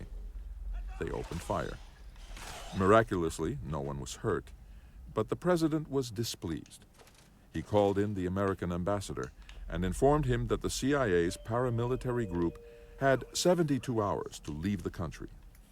Soon thereafter, the luckless station chief, John Hart, had to start all over again, recruiting, training, and parachuting agents into North Korea from 1953 until 1955. All of them, to the best of his knowledge, were captured and executed. The agency failed on all fronts in Korea. Yeah. It failed in providing warning, in providing analysis, and in its headlong deployment of recruited agents. Thousands of deaths of Americans and their Asian allies were the consequence. A generation later, American military veterans called Korea the Forgotten War. At the agency, it was deliberate amnesia. The waste of $152 million on weapons for phantom guerrillas was adjusted on the balance sheets. Phantom Gorilla. The fact that a sounds great like deal of band Korean name. War intelligence was false or fabricated was kept secret. The question of what it had cost in lost lives was unasked and unanswered. But the Assistant Secretary of State for the Far East, Dean Rusk, sniffed out a whiff of decay. He called on John Melby, a skilled State Department China hand, to investigate. Melby had worked side by side with the first American spies in Asia from the mid-1940s onward and knew the cast of characters. He went out to the region and took a long, hard look. "Our intelligence is so bad that it approaches malfeasance in office," he told Rusk in an eyes-only report that somehow wound up on the desk of the Director of Central Intelligence. Melby was summoned to CIA headquarters for a classic chewing out by Beadle Smith as Deputy Director Allen Dulles sat by in silence. For Dulles, Asia was always a sideshow. He believed that the real war for Western civilization was in Europe. That fight called for people who are ready and willing to stand up and take the consequences, he told a few of his closest friends and colleagues at a secret conference held at the Princeton Inn in May 1952. After all, we have had 100,000 casualties in Korea, he said, according to a transcript declassified in 2003.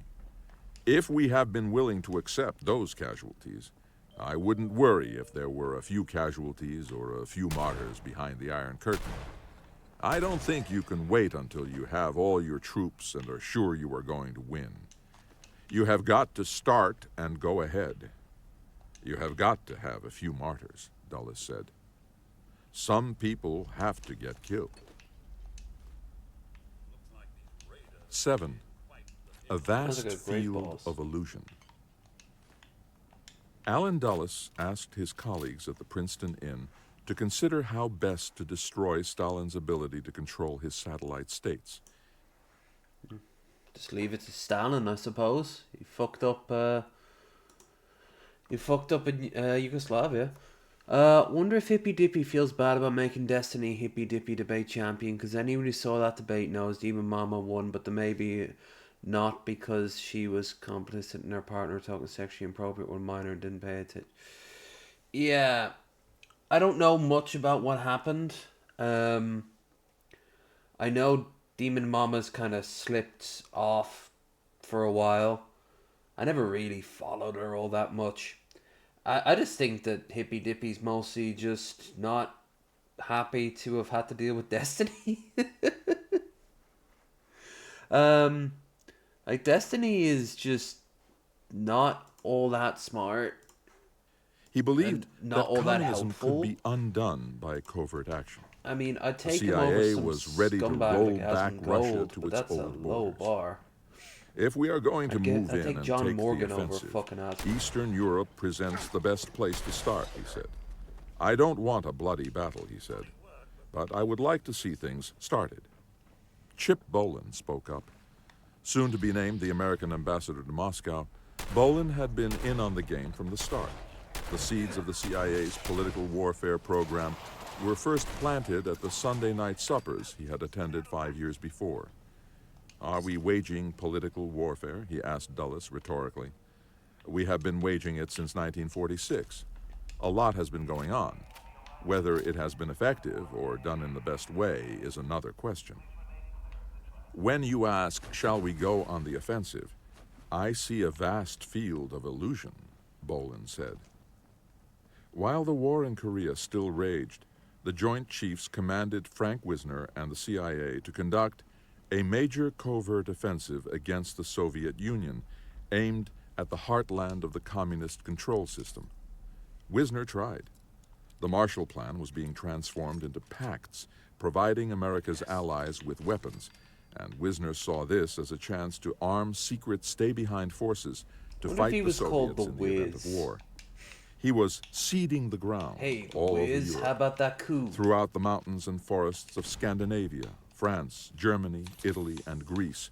His men were dropping gold ingots into lakes and burying caches of weapons for the coming battle.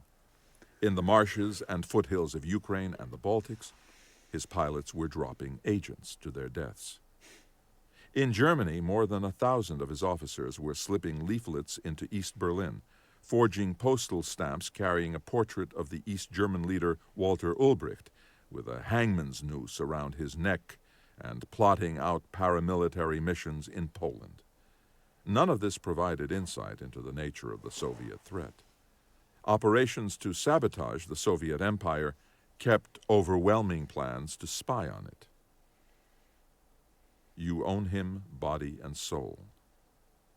Deeply wary, Walter Beadle Smith dispatched a trusted three-star general, Lucian K. Truscott, an officer with impeccable connections and a distinguished war record, to take over the CIA's operations in Germany and to find out what Wisner's men were doing.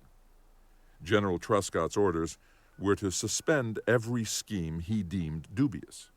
Upon his arrival, he chose Tom Polgar of the CIA's Berlin base as his chief aide. They found several ticking time bombs. Among them was one very dark secret, described in CIA documents of the day as a program of overseas interrogations. The agency had set up clandestine prisons to wring confessions out of suspected double agents. One was in Germany, another in Japan. The third, and the biggest, was in the Panama Canal Zone.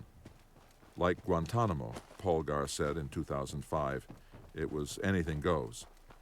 The zone was its own world, seized by the United States at the turn of the century, bulldozed out of the jungles that surrounded the Of Panama course, Canal. Trump wants to have it back. On a naval base in the zone, the CIA's Office of Security had refitted a complex of cinder block prison cells inside a Navy brig normally used to house drunk and disorderly sailors.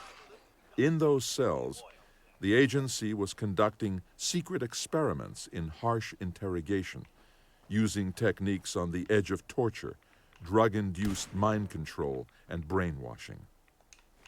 The project dated back to 1948, when Richard Helms and his officers in Germany realized that they were being defrauded by double agents. The effort began as a crash program in 1950, when the Korean War erupted and a sense of emergency seized the CIA. Late that summer, as the temperature approached 100 degrees in Panama, 2 Russian emigres who had been delivered to the canal zone from Germany were injected with drugs and brutally interrogated. Just Along drugs. with 4 suspected North Korean double agents No, subjected it to could the have been same cough treatment at a medicine. military base commandeered by the CIA in Japan, they were among the first known human guinea pigs under a program codenamed Project Artichoke, a small but significant part of the 15-year search by the CIA for ways to control the human mind. Oh yeah. Many of the Russians the and early East MK Germans whom Ultra the shit. agency had recruited as agents and informers in Germany had gone sour. After they had given up what little knowledge they had, they resorted to deception or blackmail to extend their short careers. More than a few of them were suspected of working in secret for the Soviets. The issue became urgent when CIA officers came to realize that the communist intelligence and security services were far bigger and significantly more sophisticated than the agency. Richard Helms once said that American intelligence officers were trained to believe that they could not count on a foreign agent unless you own him body and soul. The need for a way to own a man's soul led to the search for mind control drugs and secret prisons in which to test them. Dulles, Wisner, and Helms were personally responsible for these endeavors. On May 15, 1952, Dulles and Wisner received a report on Project Artichoke, spelling out the agency's 4-year effort to test heroin, amphetamines, sleeping pills, the newly discovered LSD, and other special techniques in CIA interrogations. Part of the project sought to find an interrogation technique so strong that the individual under its influence will find it difficult to maintain a fabrication under questioning. A few months later, Dulles approved an ambitious new program codenamed Ultra. Under its auspices, 7 prisoners at a federal penitentiary in Kentucky were kept high on LSD for 77 consecutive days. Jesus. When the CIA slipped the same drug to an Army civilian employee, Frank Olson, he leaped out of the window of a New York hotel. Like the suspected double agents sent to the secret brig in Panama, these men were expendable conscripts in the battle to defeat the Soviets. Senior CIA officers, including Helms, destroyed almost all the records of these programs in fear that they might become public. The evidence that remains is fragmentary, but it strongly suggests that use of secret prisons for the forcible drug-induced questioning of suspect agents went on throughout the 1950s. Members of the clandestine service, the agency's security office, and the CIA's scientists and doctors met monthly to discuss the progress of Project Artichoke until 1956.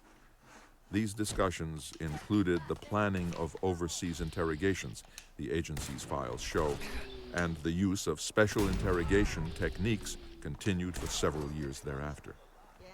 The drive to penetrate the Iron Curtain had led the CIA to adopt the tactics of its enemies. A well-thought-out plan, except among the CIA operations that General I really Truscott shouldn't killed stick off my dick in that, was a project to however. support a group called the Young Germans. Many of its leaders were aging Hitler youth. The membership rolls had grown to more than 20,000 in 1952. They enthusiastically took the CIA's weapons, radios, cameras, and money and buried them all over the country. They also began drawing up their own extensive hit list of mainstream democratic West German politicians to be assassinated when the hour was at hand.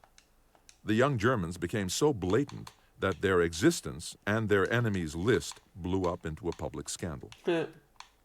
That became cause for a great deal of concern and a major flap when the secrecy was broken, said John McMahon, a future deputy director of Central Intelligence, then a young CIA officer on Truscott's staff.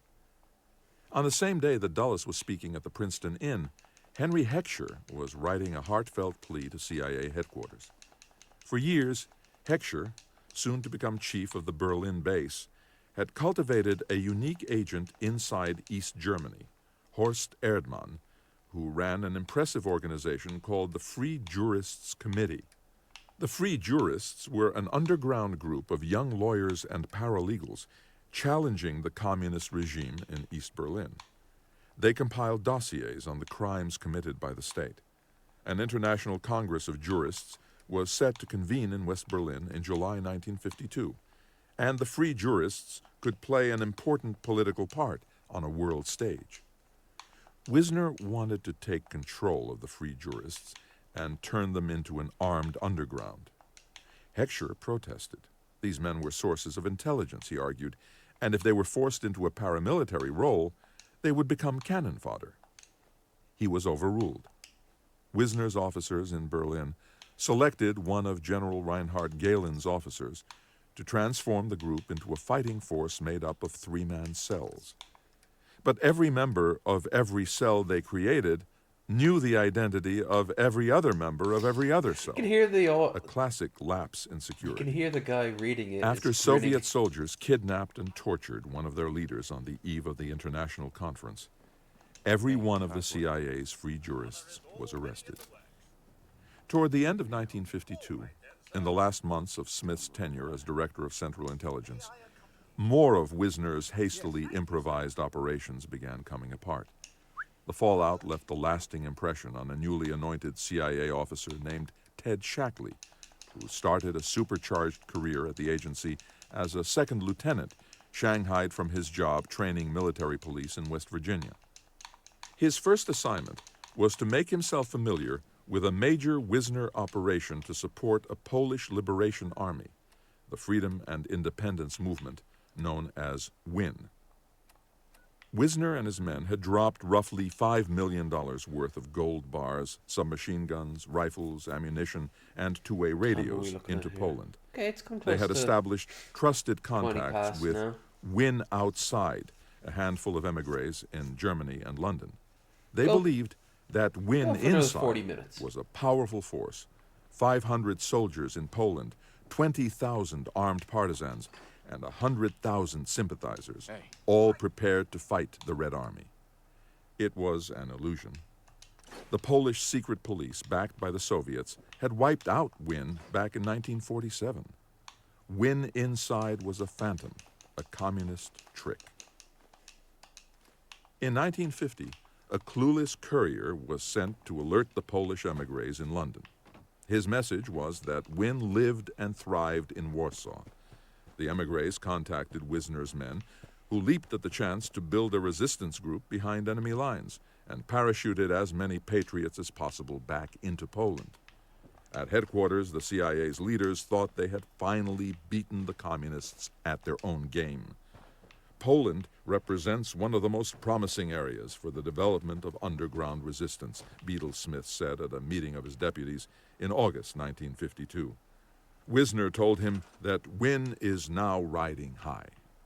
The Soviet and Polish intelligence services had spent years setting their traps. They were well aware of our air operations. When we would drop these agents in, McMahon said, they would go out and make contact with people we knew would be helpful to us, and the Poles and the KGB were right in back of them and would mop them up. So it was a well-thought-out plan, except we were recruiting agents of the Soviet Union. It turned out to be a monumental disaster. People died. Perhaps 30, maybe more, were lost.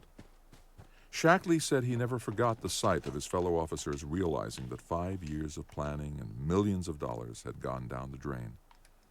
The unkindest cut might have been their discovery that the Poles had sent a chunk of the CIA's money to the Communist Party of Italy. CIA had clearly thought they could operate in Eastern Europe the way the OSS had operated in occupied Western Europe during the war. So the CIA's CIA. Henry Loomis, a future chief of the Voice of America. That was clearly impossible. How the In Washington, fuck did Frank we win Lindsay, the Cold who had War? run operations in Eastern Europe from headquarters, resigned in anguish. He told Dulles and Wisner that scientific and technical means of spying on the Soviets would have to replace covert action as the CIA's strategy against communism. Quixotic paramilitary missions to support imaginary resistance movements could not push the Russians out of Europe. In Germany, McMahon had spent several months reading all the cable traffic coming into the station. He came to a stark conclusion. We had no capability there, he said years later. Our insight into the Soviet Union was zero. The agency's future. The CIA was now a worldwide force with 15,000 people, $500 million in secret funds to spend each year, and more than 50 overseas stations. By sheer willpower, Beadle Smith had shaped it into an organization that looked much the way it would for the next 50 years. He had forged the Office of Policy Coordination and the Office of Special Operations into a single clandestine service to serve abroad, created a unified system for analysis at home, and achieved a measure of respect for the CIA at I the could White also House. do a show like this on But YouTube. he had never made it a professional here. intelligence service. Where We can't get qualified people, he lamented in his last days as Director of Central Intelligence. They just simply don't exist. And he had never made Alan Dulles and Frank Wisner saying. bend to his authority. A week before the Could always do this 1952 with, presidential Nomad Sky. election, Beadle Smith tried Grind. one last time to bring them under control. low energy grinding. On October 27th, he convened a conference of the CIA's 26 most senior officers and proclaimed that until CIA could build a reserve of well-trained people, it would have to hold its activities to the limited number of operations that it could do well, rather than attempt to cover a broad field with poor performance from improperly trained or inferior personnel. Galvanized by Truscott's investigations in Germany, the general ordered the convening of a murder board, a jury that could kill off the worst of the CIA's covert operations. Wisner immediately fought back. He said that shutting down dubious operations would be a long and painful process, and it would take many, many months, well into the plant some next weed administration, for Beadle Smith's order to be carried out. The general was defeated, and the murder board defused. Murder ball. Dwight D. Eisenhower won the presidency on a national security platform that called for the free world to liberate the Soviet satellites, a script written by his closest foreign policy advisor, John Foster Dulles. Their victory plans called for a new director of Central Intelligence. Chosen over Beadle Smith's protests, confirmed without opposition in the Senate, and cheered on by the press, Alan Dulles finally won the job he coveted. Richard Helms had known Dulles well for 8 years, ever since they traveled together to the Little Red Schoolhouse in France, where Beadle Smith had accepted the unconditional surrender of the Third Reich. Helms was 40 now, a tightly wired man, not a slicked back hair out of place nor a stray paper on his desk when the lights went out at night. Dulles was 60, shuffling in the carpet slippers he wore in private to ease his gout, ever the absent-minded professor. Not long after Eisenhower's election, Dulles buzzed Helms into the director's chambers, and the two men sat down for a chat. "A word about the future," Dulles said, filling the air with great clouds of pipe smoke. "The agency's future. You remember the conniving and blood spilling that went on when we were trying to sort things out in 1946? What would Central Intelligence be responsible for? Would there even be a service?"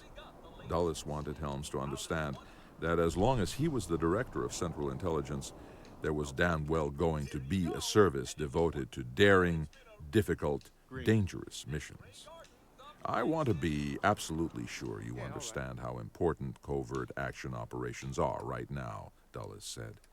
"The White House and this administration have an intense interest in every aspect of covert action." Over the next 8 years, through his devotion to covert action, his disdain for the details of analysis, and his dangerous practice of deceiving the President of the United States, Allen Dulles did untold damage to the agency he had helped to create. Part 2. A strange kind of genius. The CIA under Eisenhower, 1953 to 1961. 8. We have no plan. Allen Dulles had been director of Central Intelligence for 1 week when, on March 5, 1953, Joseph Stalin died. "We have no reliable inside intelligence on thinking inside the Kremlin," the agency lamented a few days later. "Our estimates of Soviet long-range plans and intentions are speculations drawn from inadequate evidence." The new president of the United States was not pleased. "Ever since 1946, Eisenhower fumed, all the so-called experts have been yapping about what would happen when Stalin dies and what we as a nation should do about it. Well, he's dead, and you can turn the files of our government inside out in vain looking for any plans laid. We have no plan. We are not even sure what difference his death makes." Stalin's death intensified American fears about Soviet intentions. The question for the CIA was whether Stalin's successors, whoever they might be, would launch a preemptive war. But the agency's speculations about the Soviets were reflections in a funhouse mirror. Stalin never had a master plan for world domination, nor the means to pursue it. Yep. The man who eventually took control of the Soviet Union after his death, Nikita Khrushchev, recalled that Stalin trembled and quivered at the prospect of a global combat with America. "He was afraid of war," Khrushchev said. "Stalin never did anything to provoke a war with the United States. He knew his weakness."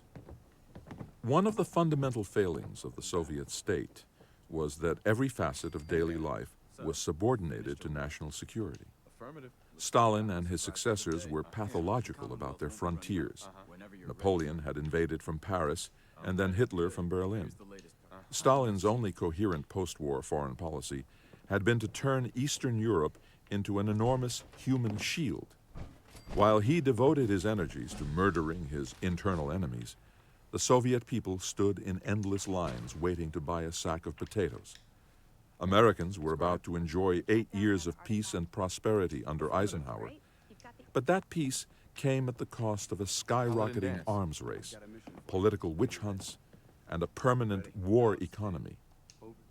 Eisenhower's challenge was to confront the Soviet Union without starting World War III or subverting American democracy. He feared that the costs of the Cold War could cripple the United States. If his generals and admirals had their way, they would consume the treasury. He decided to base his strategy on secret weapons, nuclear bombs, and covert action. They were far cheaper than multi-billion-dollar fleets of fighter jets and flotillas of aircraft carriers. With enough nuclear firepower, the United States could deter the Soviets from starting a new world war, or win the war if it came. With a global campaign of covert action, the United States could stop the spread of communism, or, as was Eisenhower's publicly proclaimed policy, roll back the Russians. Ike bet the fate of the nation on his nuclear arsenal and his spy service. Questions about their best use arose at almost every meeting of the National Security Council early in his presidency. The NSC, created in 1947 to govern the use of American power abroad, had been rarely convened under Truman. Eisenhower revived it and ran it as a good general runs his staff. Every week, Allen Dulles left the slightly shabby confines of his offices and stepped into his black limousine, drove past the crumbling temporaries where Wisner and his covert operators worked, and entered the gates of the White House. He took his seat at the great oval desk in the cabinet room, facing his brother Foster, the Secretary of State, along with the Secretary of Defense, the Chairman of the Joint Chiefs of Staff, Vice President Richard M. Nixon, and the President. Allen typically opened each meeting with a tour of the world's hot spots. Then the talk turned to the strategies of secret war. We could lick the whole world. Eisenhower worried endlessly about a nuclear Pearl Harbor, and the CIA could not ease his mind. At the June 5, 1953 meeting of the National Security Council, Allen Dulles told him that the agency could not give him any prior warning through intelligence channels of a Soviet sneak attack. A few months later, the CIA ventured a guess that the Soviets would be incapable of launching an intercontinental ballistic missile at the United States before 1969. The estimate proved to be off by a dozen years. In August 1953, when the Soviet Union tested its first weapon of mass destruction, not quite a thermonuclear bomb, but near enough, the agency had no clue and gave no warning. 6 weeks later, when Allen Dulles briefed the president on the Soviet test, Eisenhower wondered whether he should launch an all-out nuclear strike on Moscow before it was too late. He said it looked as though the hour of decision were at hand, and that we should presently have to really face the question of whether or not we would have to throw everything at once against the enemy, say the NSC's declassified minutes. He had raised this terrible question because there was no sense in our now merely shuddering at the enemy's capability, especially when the United States could not know if Moscow had one nuclear weapon or 1,000. We were engaged in the defense of a way of life, and the great danger was that in defending this way of life we would find ourselves resorting to methods that endangered this way of life. The real problem, as the president saw it, was to devise methods of meeting the Soviet threat and of adopting controls, if necessary, that would not result in our transformation into a garrison state. The whole thing, said the president, was a paradox. When Dulles warned the president that the Russians could launch an atomic attack on the United States tomorrow, Eisenhower replied that he didn't think anyone here thought the cost of winning a global war against the Soviet Union was a cost too high to pay. But the price of victory might be the destruction of American democracy. The president noted that the Joint Chiefs of Staff had told him we should do what was necessary even if the result was to change the American way of life. We could lick the whole world if we were willing to adopt the system of Adolf Hitler. Yeah, pretty much. Eisenhower had thought he could confront the paradox with covert action. But a bitter battle in East Berlin had revealed the CIA's inability to confront communism head-on. On June 16th and 17th, 1953, nearly 370,000 East Germans took to the streets. Thousands of students and workers struck violently at their oppressors, burning Soviet and East German Communist Party buildings, trashing police cars, and trying to stop the Soviet tanks that crushed their spirits. The uprising was far larger than the CIA first realized, but the agency could do nothing to save the rebels. Though Frank Wisner weighed the risks of trying to arm the East Berliners, he balked.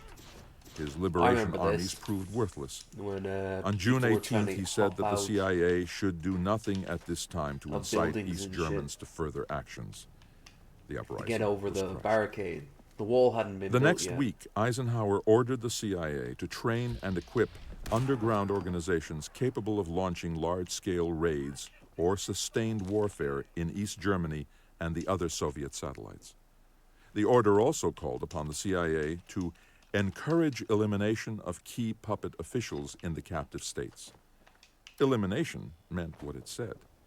But the order was an empty gesture. The president was learning the limits of the CIA's abilities. That summer, in the White House solarium, Eisenhower convened the men he trusted most in the realm of national security.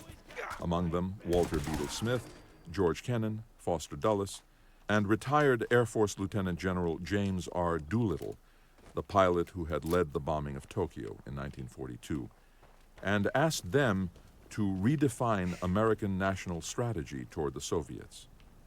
By the end of the Solarium project, the idea of rolling back Russia through covert action was pronounced dead at age 5. The president began trying to redirect the agency. The CIA would fight the enemy in Asia, the Middle East, Africa, and Latin America, and wherever colonial empires crumbled. Under Eisenhower, the agency undertook 170 new major covert actions in 48 nations, political, psychological, and paramilitary warfare missions in countries where American spies knew little of the culture or the language or the history of the people. Eisenhower often made his initial decisions on covert action in private conversations with the Dulles brothers. Typically, Allen spoke to Foster with a proposal for an operation, and Foster spoke to the president over a cocktail in the Oval Office. Foster went back to Allen with the president's approval and an admonition: don't get caught. The brothers steered the course of covert action in private conversations at their respective headquarters, on the telephone, or on Sundays by the swimming pool with their sister Eleanor, a State Department officer herself. Foster firmly believed that the United States should do everything in its power to alter or abolish any regime not openly allied with America. Allen wholeheartedly agreed. With Eisenhower's blessings, they set out to remake the map of the world. A rapidly deteriorating situation. From his first days in power, Allen Dulles polished the public image of the CIA, cultivating America's most powerful publishers and broadcasters, charming senators and congressmen, courting newspaper columnists. He found dignified publicity far more suitable than discreet silence. Dulles kept in close touch with the men who ran the New York Times, the Washington Post, and the nation's leading weekly magazines.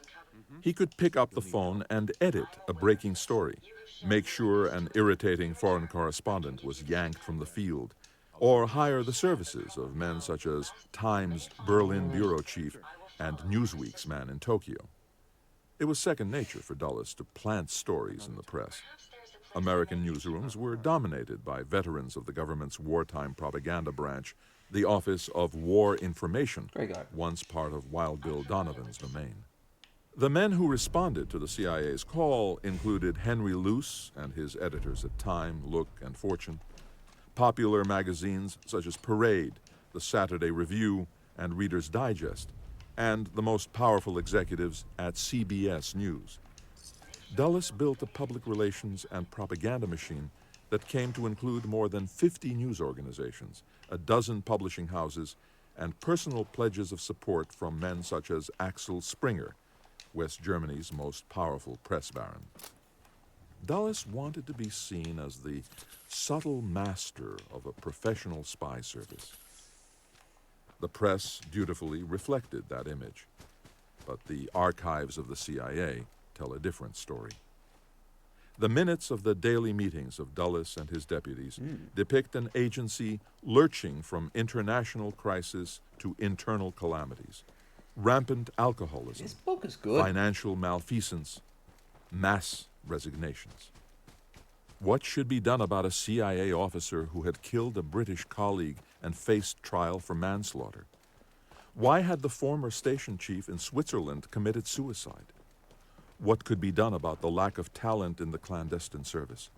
The agency's new Inspector General, Lyman Kirkpatrick, became a constant bearer of bad tidings about the caliber of the CIA's personnel, training, and performance. He warned Dulles that hundreds of the skilled military officers that the CIA had hired during the Korean War were quitting, and it was most evident that a too high percentage were leaving with an unfriendly attitude toward the CIA. At the end of the war, a group of junior and mid-level CIA officers, appalled at the poor morale at headquarters, demanded and received permission to conduct an internal poll of their peers. They interviewed 115 CIA personnel and wrote a long, detailed report completed at the end of Dulles' first year as director. They described a rapidly deteriorating situation, widespread frustration, confusion, and purposelessness. Bright and patriotic people had been recruited with promises of exciting overseas service, a completely false impression, and then stuck in dead-end posts as typists and messengers. Hundreds of officers returned from foreign assignments to wander through headquarters for months looking for new assignments without success. The harm accruing to the agency from inert personnel practices mounts in geometric, not arithmetic progression, they reported. For every capable officer that the agency loses through discontent or frustration, there may well be 2 or 3 more competent men sharing the same educational, professional, or social background that the agency will never have the opportunity to employ. The harm done may be irreparable. The CIA's young officers worked for too many people in responsible positions who apparently don't know what they're doing. Here I want. They watched a shocking amount of money going to waste on failed missions overseas. One of Frank Wisner's case officers wrote that the operations he worked on were largely ineffectual and quite expensive. Some are directed at targets that are hardly logical, let alone legitimate.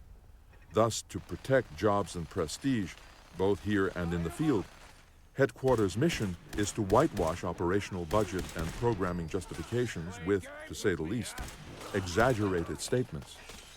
They concluded that the agency is shot through with mediocrity and less. These young officers had seen an intelligence service that was lying to itself. They described a CIA in which incompetent people were given great power and capable recruits were stacked like cordwood in the corridors. Allen Dulles suppressed their report. Nothing changed. 43 years later, in 1996, a congressional investigation concluded that the CIA continues to face a major personnel crisis that it has, thus far, not addressed in any coherent way. Today, the CIA still does not have enough qualified case officers to staff many of its stations around the world. Somebody to do the dirty work. Eisenhower wanted to shape the CIA into an efficient instrument of presidential power. He tried to impose a command structure on the agency through Walter Beadle Smith. In the days after Eisenhower's election, the general had expected to be named chairman of the Joint Chiefs of Staff. He was devastated by Eisenhower's decision to make him the Undersecretary of State. Beadle Smith did not want to be second in command to Foster Dulles, a man he regarded as a pompous blowhard. But Ike wanted him and needed him to serve as an honest broker between himself and the Dulles brothers. Beadle Smith vented his anger to Vice President Nixon, his neighbor in Washington. From time to time, the general would drop in for a visit, Nixon remembered, and a couple of drinks would loosen his tongue a bit in an uncharacteristic way. And I remember one night we were sitting having scotch and soda, and Beadle got very emotional, and he said, "I want to tell you something about Ike. I was just Ike's Pratt boy. Ike has to have somebody to do the dirty work that he doesn't want to do so that he can look like the good guy." Beadle Smith did that work as Ike's overseer of covert action. He served as the crucial link between the White House and the CIA's secret operations. As the driving force of the newly created Operations Coordinating Board, he carried out the secret directives from the President and the National Security Council, and he oversaw the CIA's execution of those orders. His hand-picked ambassadors played central roles in carrying out these missions. During the 19 months that Beadle Smith served as the President's proconsul for covert action, the agency carried out the only 2 victorious coups in its history. What? The declassified records of those coups show that they succeeded by bribery and coercion and brute force, not secrecy and stealth and cunning. But they created the legend that the CIA was a silver bullet in the arsenal of democracy. They gave the agency the aura that Dulles coveted. 9.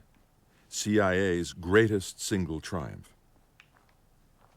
In January 1953, a few days before Eisenhower's inauguration, Walter Beadle Smith called Kim Roosevelt in at CIA headquarters and asked, "When is our goddamn operation going to get underway?"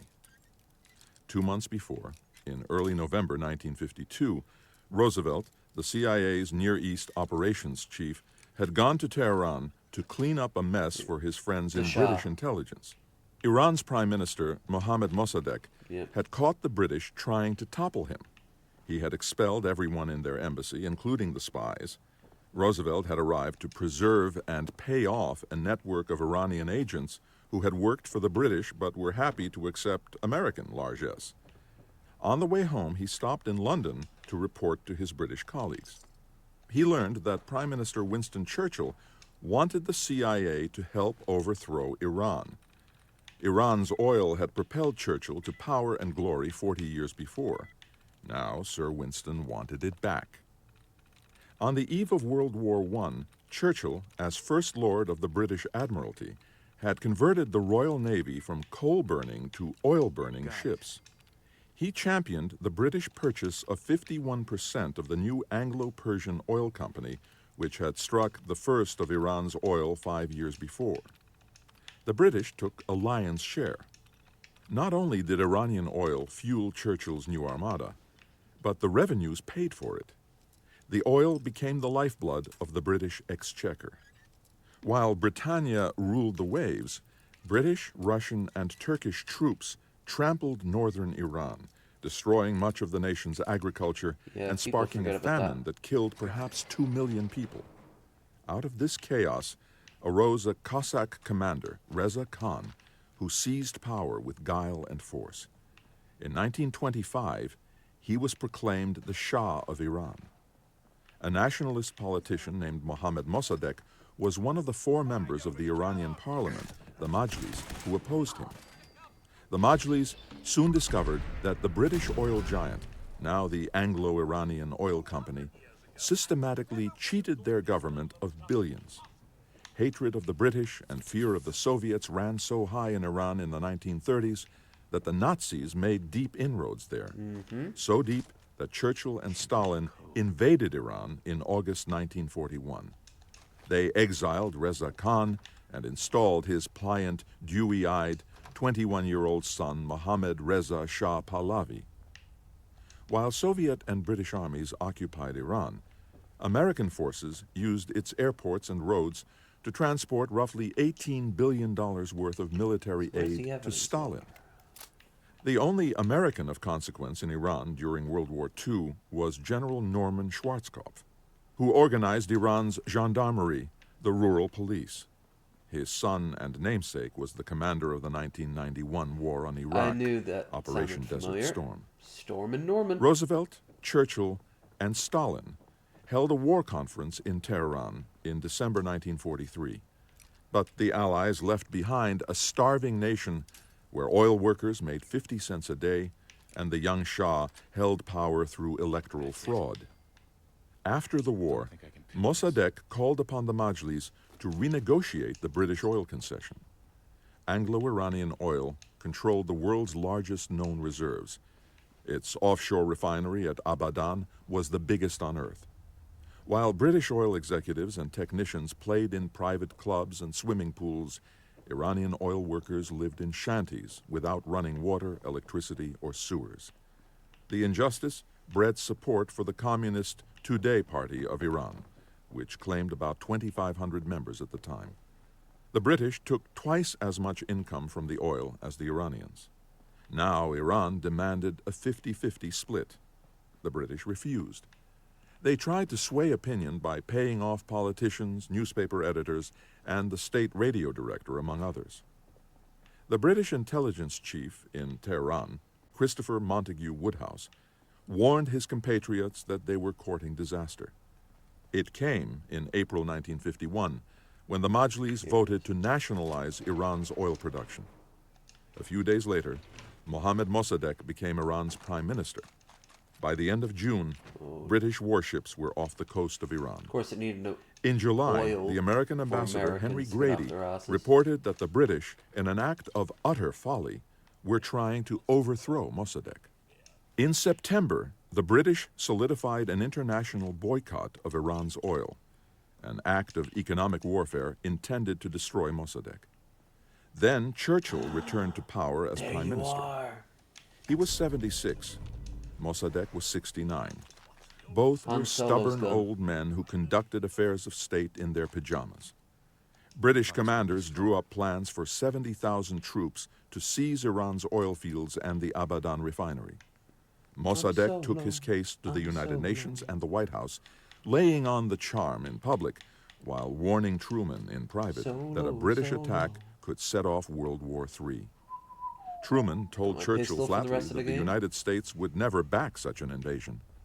Churchill countered that the price for British military support in the Korean War was American political support for his position in Iran. They reached an impasse in the summer of 1952. CIA makes policy by default. The British spy Monty Woodhouse flew to Washington to meet with Walter Beadle Smith and Frank Wisner. On November 26, 1952, they discussed how to unseat Mossadegh.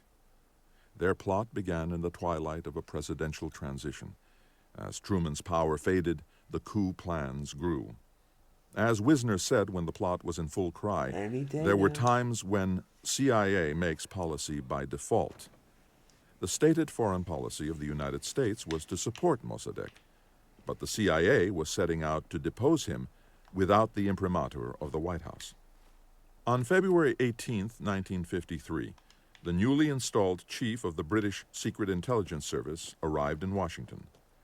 Sir John Sinclair, a soft-spoken Scotsman known to the public as C and to his friends as Sinbad, met with Allen Dulles and proposed Kim Roosevelt as field commander for a coup.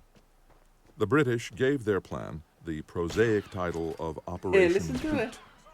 Roosevelt had a grander name, Operation Ajax, after the mythical hero of the Trojan War.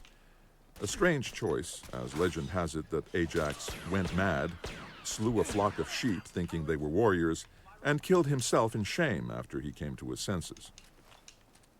Roosevelt ran the show with flair. He had been working for 2 years on political, propaganda, and paramilitary operations to fight off a feared Soviet invasion in Iran.